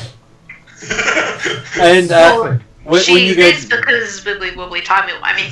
And this time she didn't, so therefore she hasn't. When you reach where the door to the gnomish room is, there's no door there. Yep, no door at all into the gnomish ward. Yep. Doesn't exist. Right. It looks like this wall hasn't been touched in about 2 or 3 years. Yeah, because it hasn't. And I'm not seeing anything through my vision still? No, this whole place looks rather dead of magic. As if magic doesn't, exist here. Okay. Yeah. I will do a good search around the wall and make sure that there's no way through, if I need to ensure that there's no way for the bell to be accessed, and therefore I can't, but okay. It seems to be the almost the exact center of the hospital, and seem to be solid stone all the way around. Okay. Yes, the hospital was built around where this was going to be, give it proper defences. Well, but the hospital has been built upon the source of healing that's the bell. Perfectly good place for the hospital, I would have said. Yeah. Okay. Many funds. And you think that in the coming days, the healing energies of the bell will start to regenerate? Yep. But it's completely gone right now. Yes. Well, we put it back to where it's supposed to be. Well, you put it back so it could return, I guess, is probably more the point.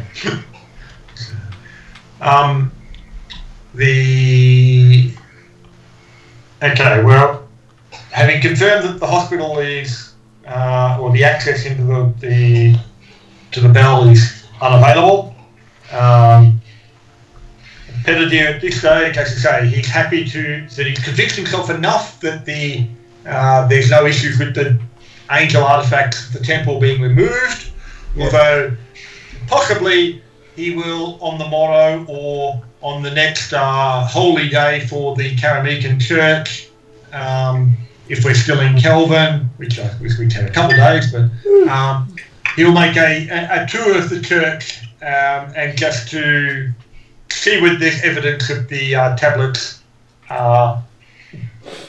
in place, or at least no one's disturbed about where the tablets might be. Yes. Okay, so Paul, when you're looking there where Pettidier is looking, you see a faint glitter of two joined cogs where the door was. Yep. Yes, locked by Mazikeen. You're not going to push your staff through? No, you actually know it as one of the dwarven gods in your research. Yes. Garl, Glitter Gnome. Oh. The patron of gnomes. Yes, it's not King Draws. This is Carl Vertigold.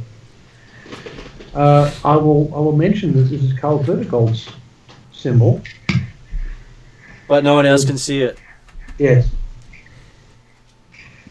Well, I'll mention that I can see it. So 20 on knowledge religion. Does Pettidier have an understanding of who Garl Vertigold is? You do know he is the god of gnomes. Also, Earth, Forge, Clockwork, and Creation. He is interested in art, invention, science, mechanics. Yep. And that's where he crosses over with King Raw. And also, he enjoys a good laugh, doesn't he? Oh yes, he is known for his sense of humour. That's right. He's also the patron. He's also the patron saint of all gnomes. Yes, and that would probably be the doctor that we were talking to. Make a fair chance. Which is why he never introduced himself. Yes.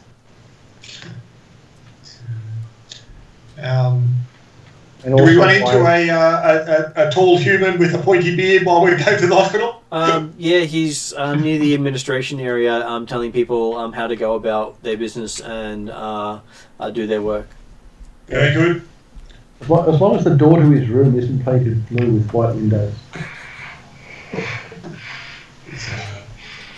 I mean, come on! It's Peter Capaldi's birthday today, so surely we can we can do that. acknowledge the attack eyebrows. Yes, that's true. There's also the fact once we leave here, we're probably never going to come back, so we might as well leave the guy here. So we can have it. Well, certainly from Petidier's perspective, we're returning to the tavern at this stage. Yep. And so returning into the tavern, there is a smell of a familiar elven meal that Lowell used to have made in his youth, coming from the tavern. My brain's shut off at the moment. I'm following that smell. I've been through a lot today. Very few people get to talk to two gods. Particularly, neither of them are actually their own.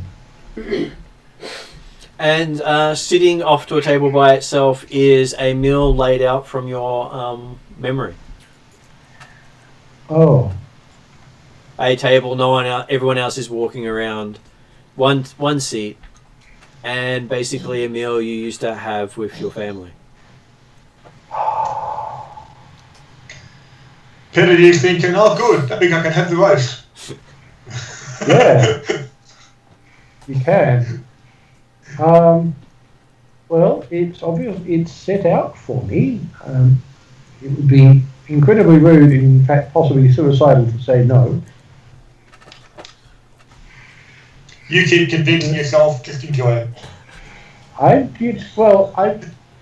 Okay, my thought was for who might have actually made this and set it out for me. I'm not complaining. It could possibly be the halfling, but he could also be a figment of the timey-wimey stuff happening. No, we met he's not a him a figment. while ago. He's not a figment. Yes. No, he's not. And so, something that if you hadn't actually, if you asked about him earlier type stuff and you saw him leave, we could have said, oh yeah, well he came with us down from Darrigan. Yeah. So, Oh, okay. Right. Yeah, when I made friends with him, I beat up 8 other people, so you know. And it was 1 versus 8, so you know. Yeah. Well, he had one arm behind his back the whole time. Yeah. So technically 1 versus 16. Okay, so you sit down, and it is better than any of your memories of the meal. Right. And while you sit down there, you can even hear the conversations with your family and friends many times over. Oh. got a lot of timey-wimey, wibbly-wobbly stuff. Yeah.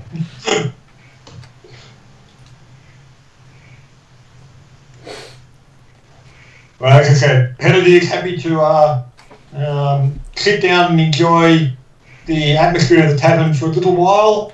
Yep. Have the nice hunk of roast meat, whatever, and then he'll actually go and spend the night out in the stable with his elk. Yep. Yep. And Lowell, when you finish your meal, you see a little thank you note on the table with the over the silhouette of the oaken tree of life, the symbol of Ilsendal.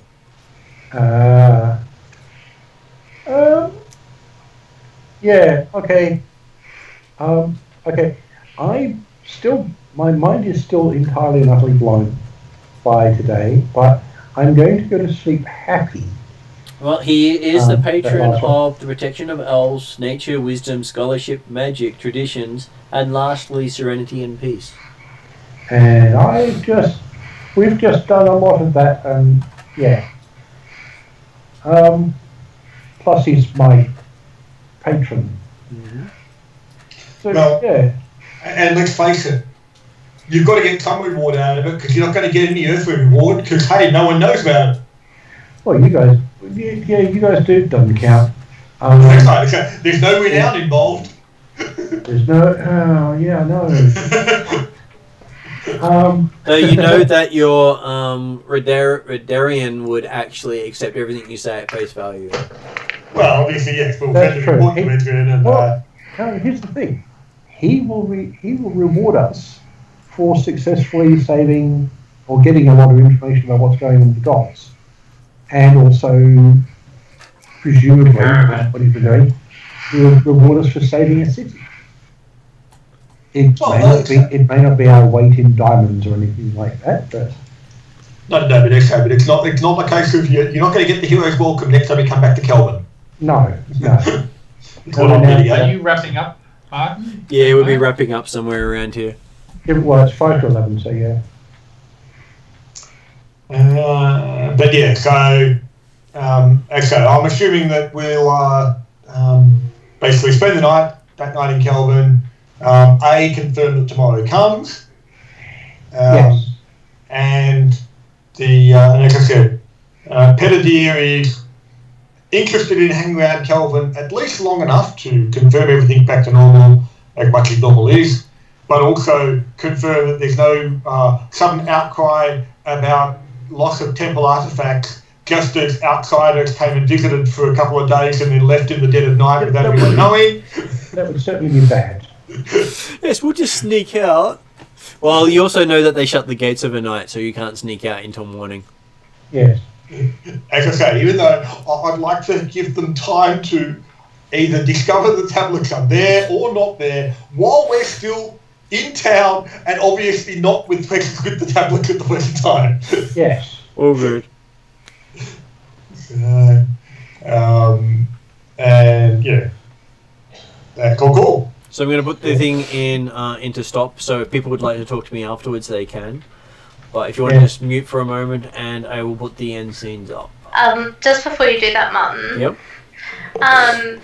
Presuming that things go as planned, and the city is back to normal, Matsumi will bid the party farewell for a job well done, and hopes potentially to solve more mysteries with them someday. Yeah. And be on his way after a nice hearty breakfast in the morning. Penalty will be helped. Okay, again, equally thankful and hope that Redbeard will make our paths meet again. Yeah. That works well. You want to add anything there, Shane, before we finished? Anyone want a game of dice? No, that's right. No. I wander upstairs and then come back downstairs, dressed completely differently. I'm in a long flowing silk red robe with yellow and orange sort of motif at the bottom that looks like flame. And as he walks, it seems to ripple through the robe as he walks. Nice. And he comes down to sit and goes, Thank Raphael that I've got rid of that. So who's your date? Penalty will mention you are still in Kelvin. Oh, now those dice. Where were those dice? Yeah. Okay. You're dressed like a gambler. You know this. Yeah, he's a hot gambler too. A hot gambler too. Yeah, but that means if you get him betting enough, he'll bet the suit he's wearing. I'm sure he's done that at least once. Matsumi rolled his dice over breakfast. His presumed partner finishing off as he usually does by betting most of the townsfolk over breakfast. Of course. Nothing like Of course. dice That's over the toast. end of the day. It's been a successful day. It Why has. not enjoy ourselves in the following? Yeah. We shall be heading off anon, and then we may see each other and our paths may cross at some point. Yeah. If we end up in front of where we end up, then we're fine. It sounds good. Okay, so if everyone's done. Yeah. So if you want to stay on, mute, and I'll let you know when it can pick up again. I'll chat with you soon, man.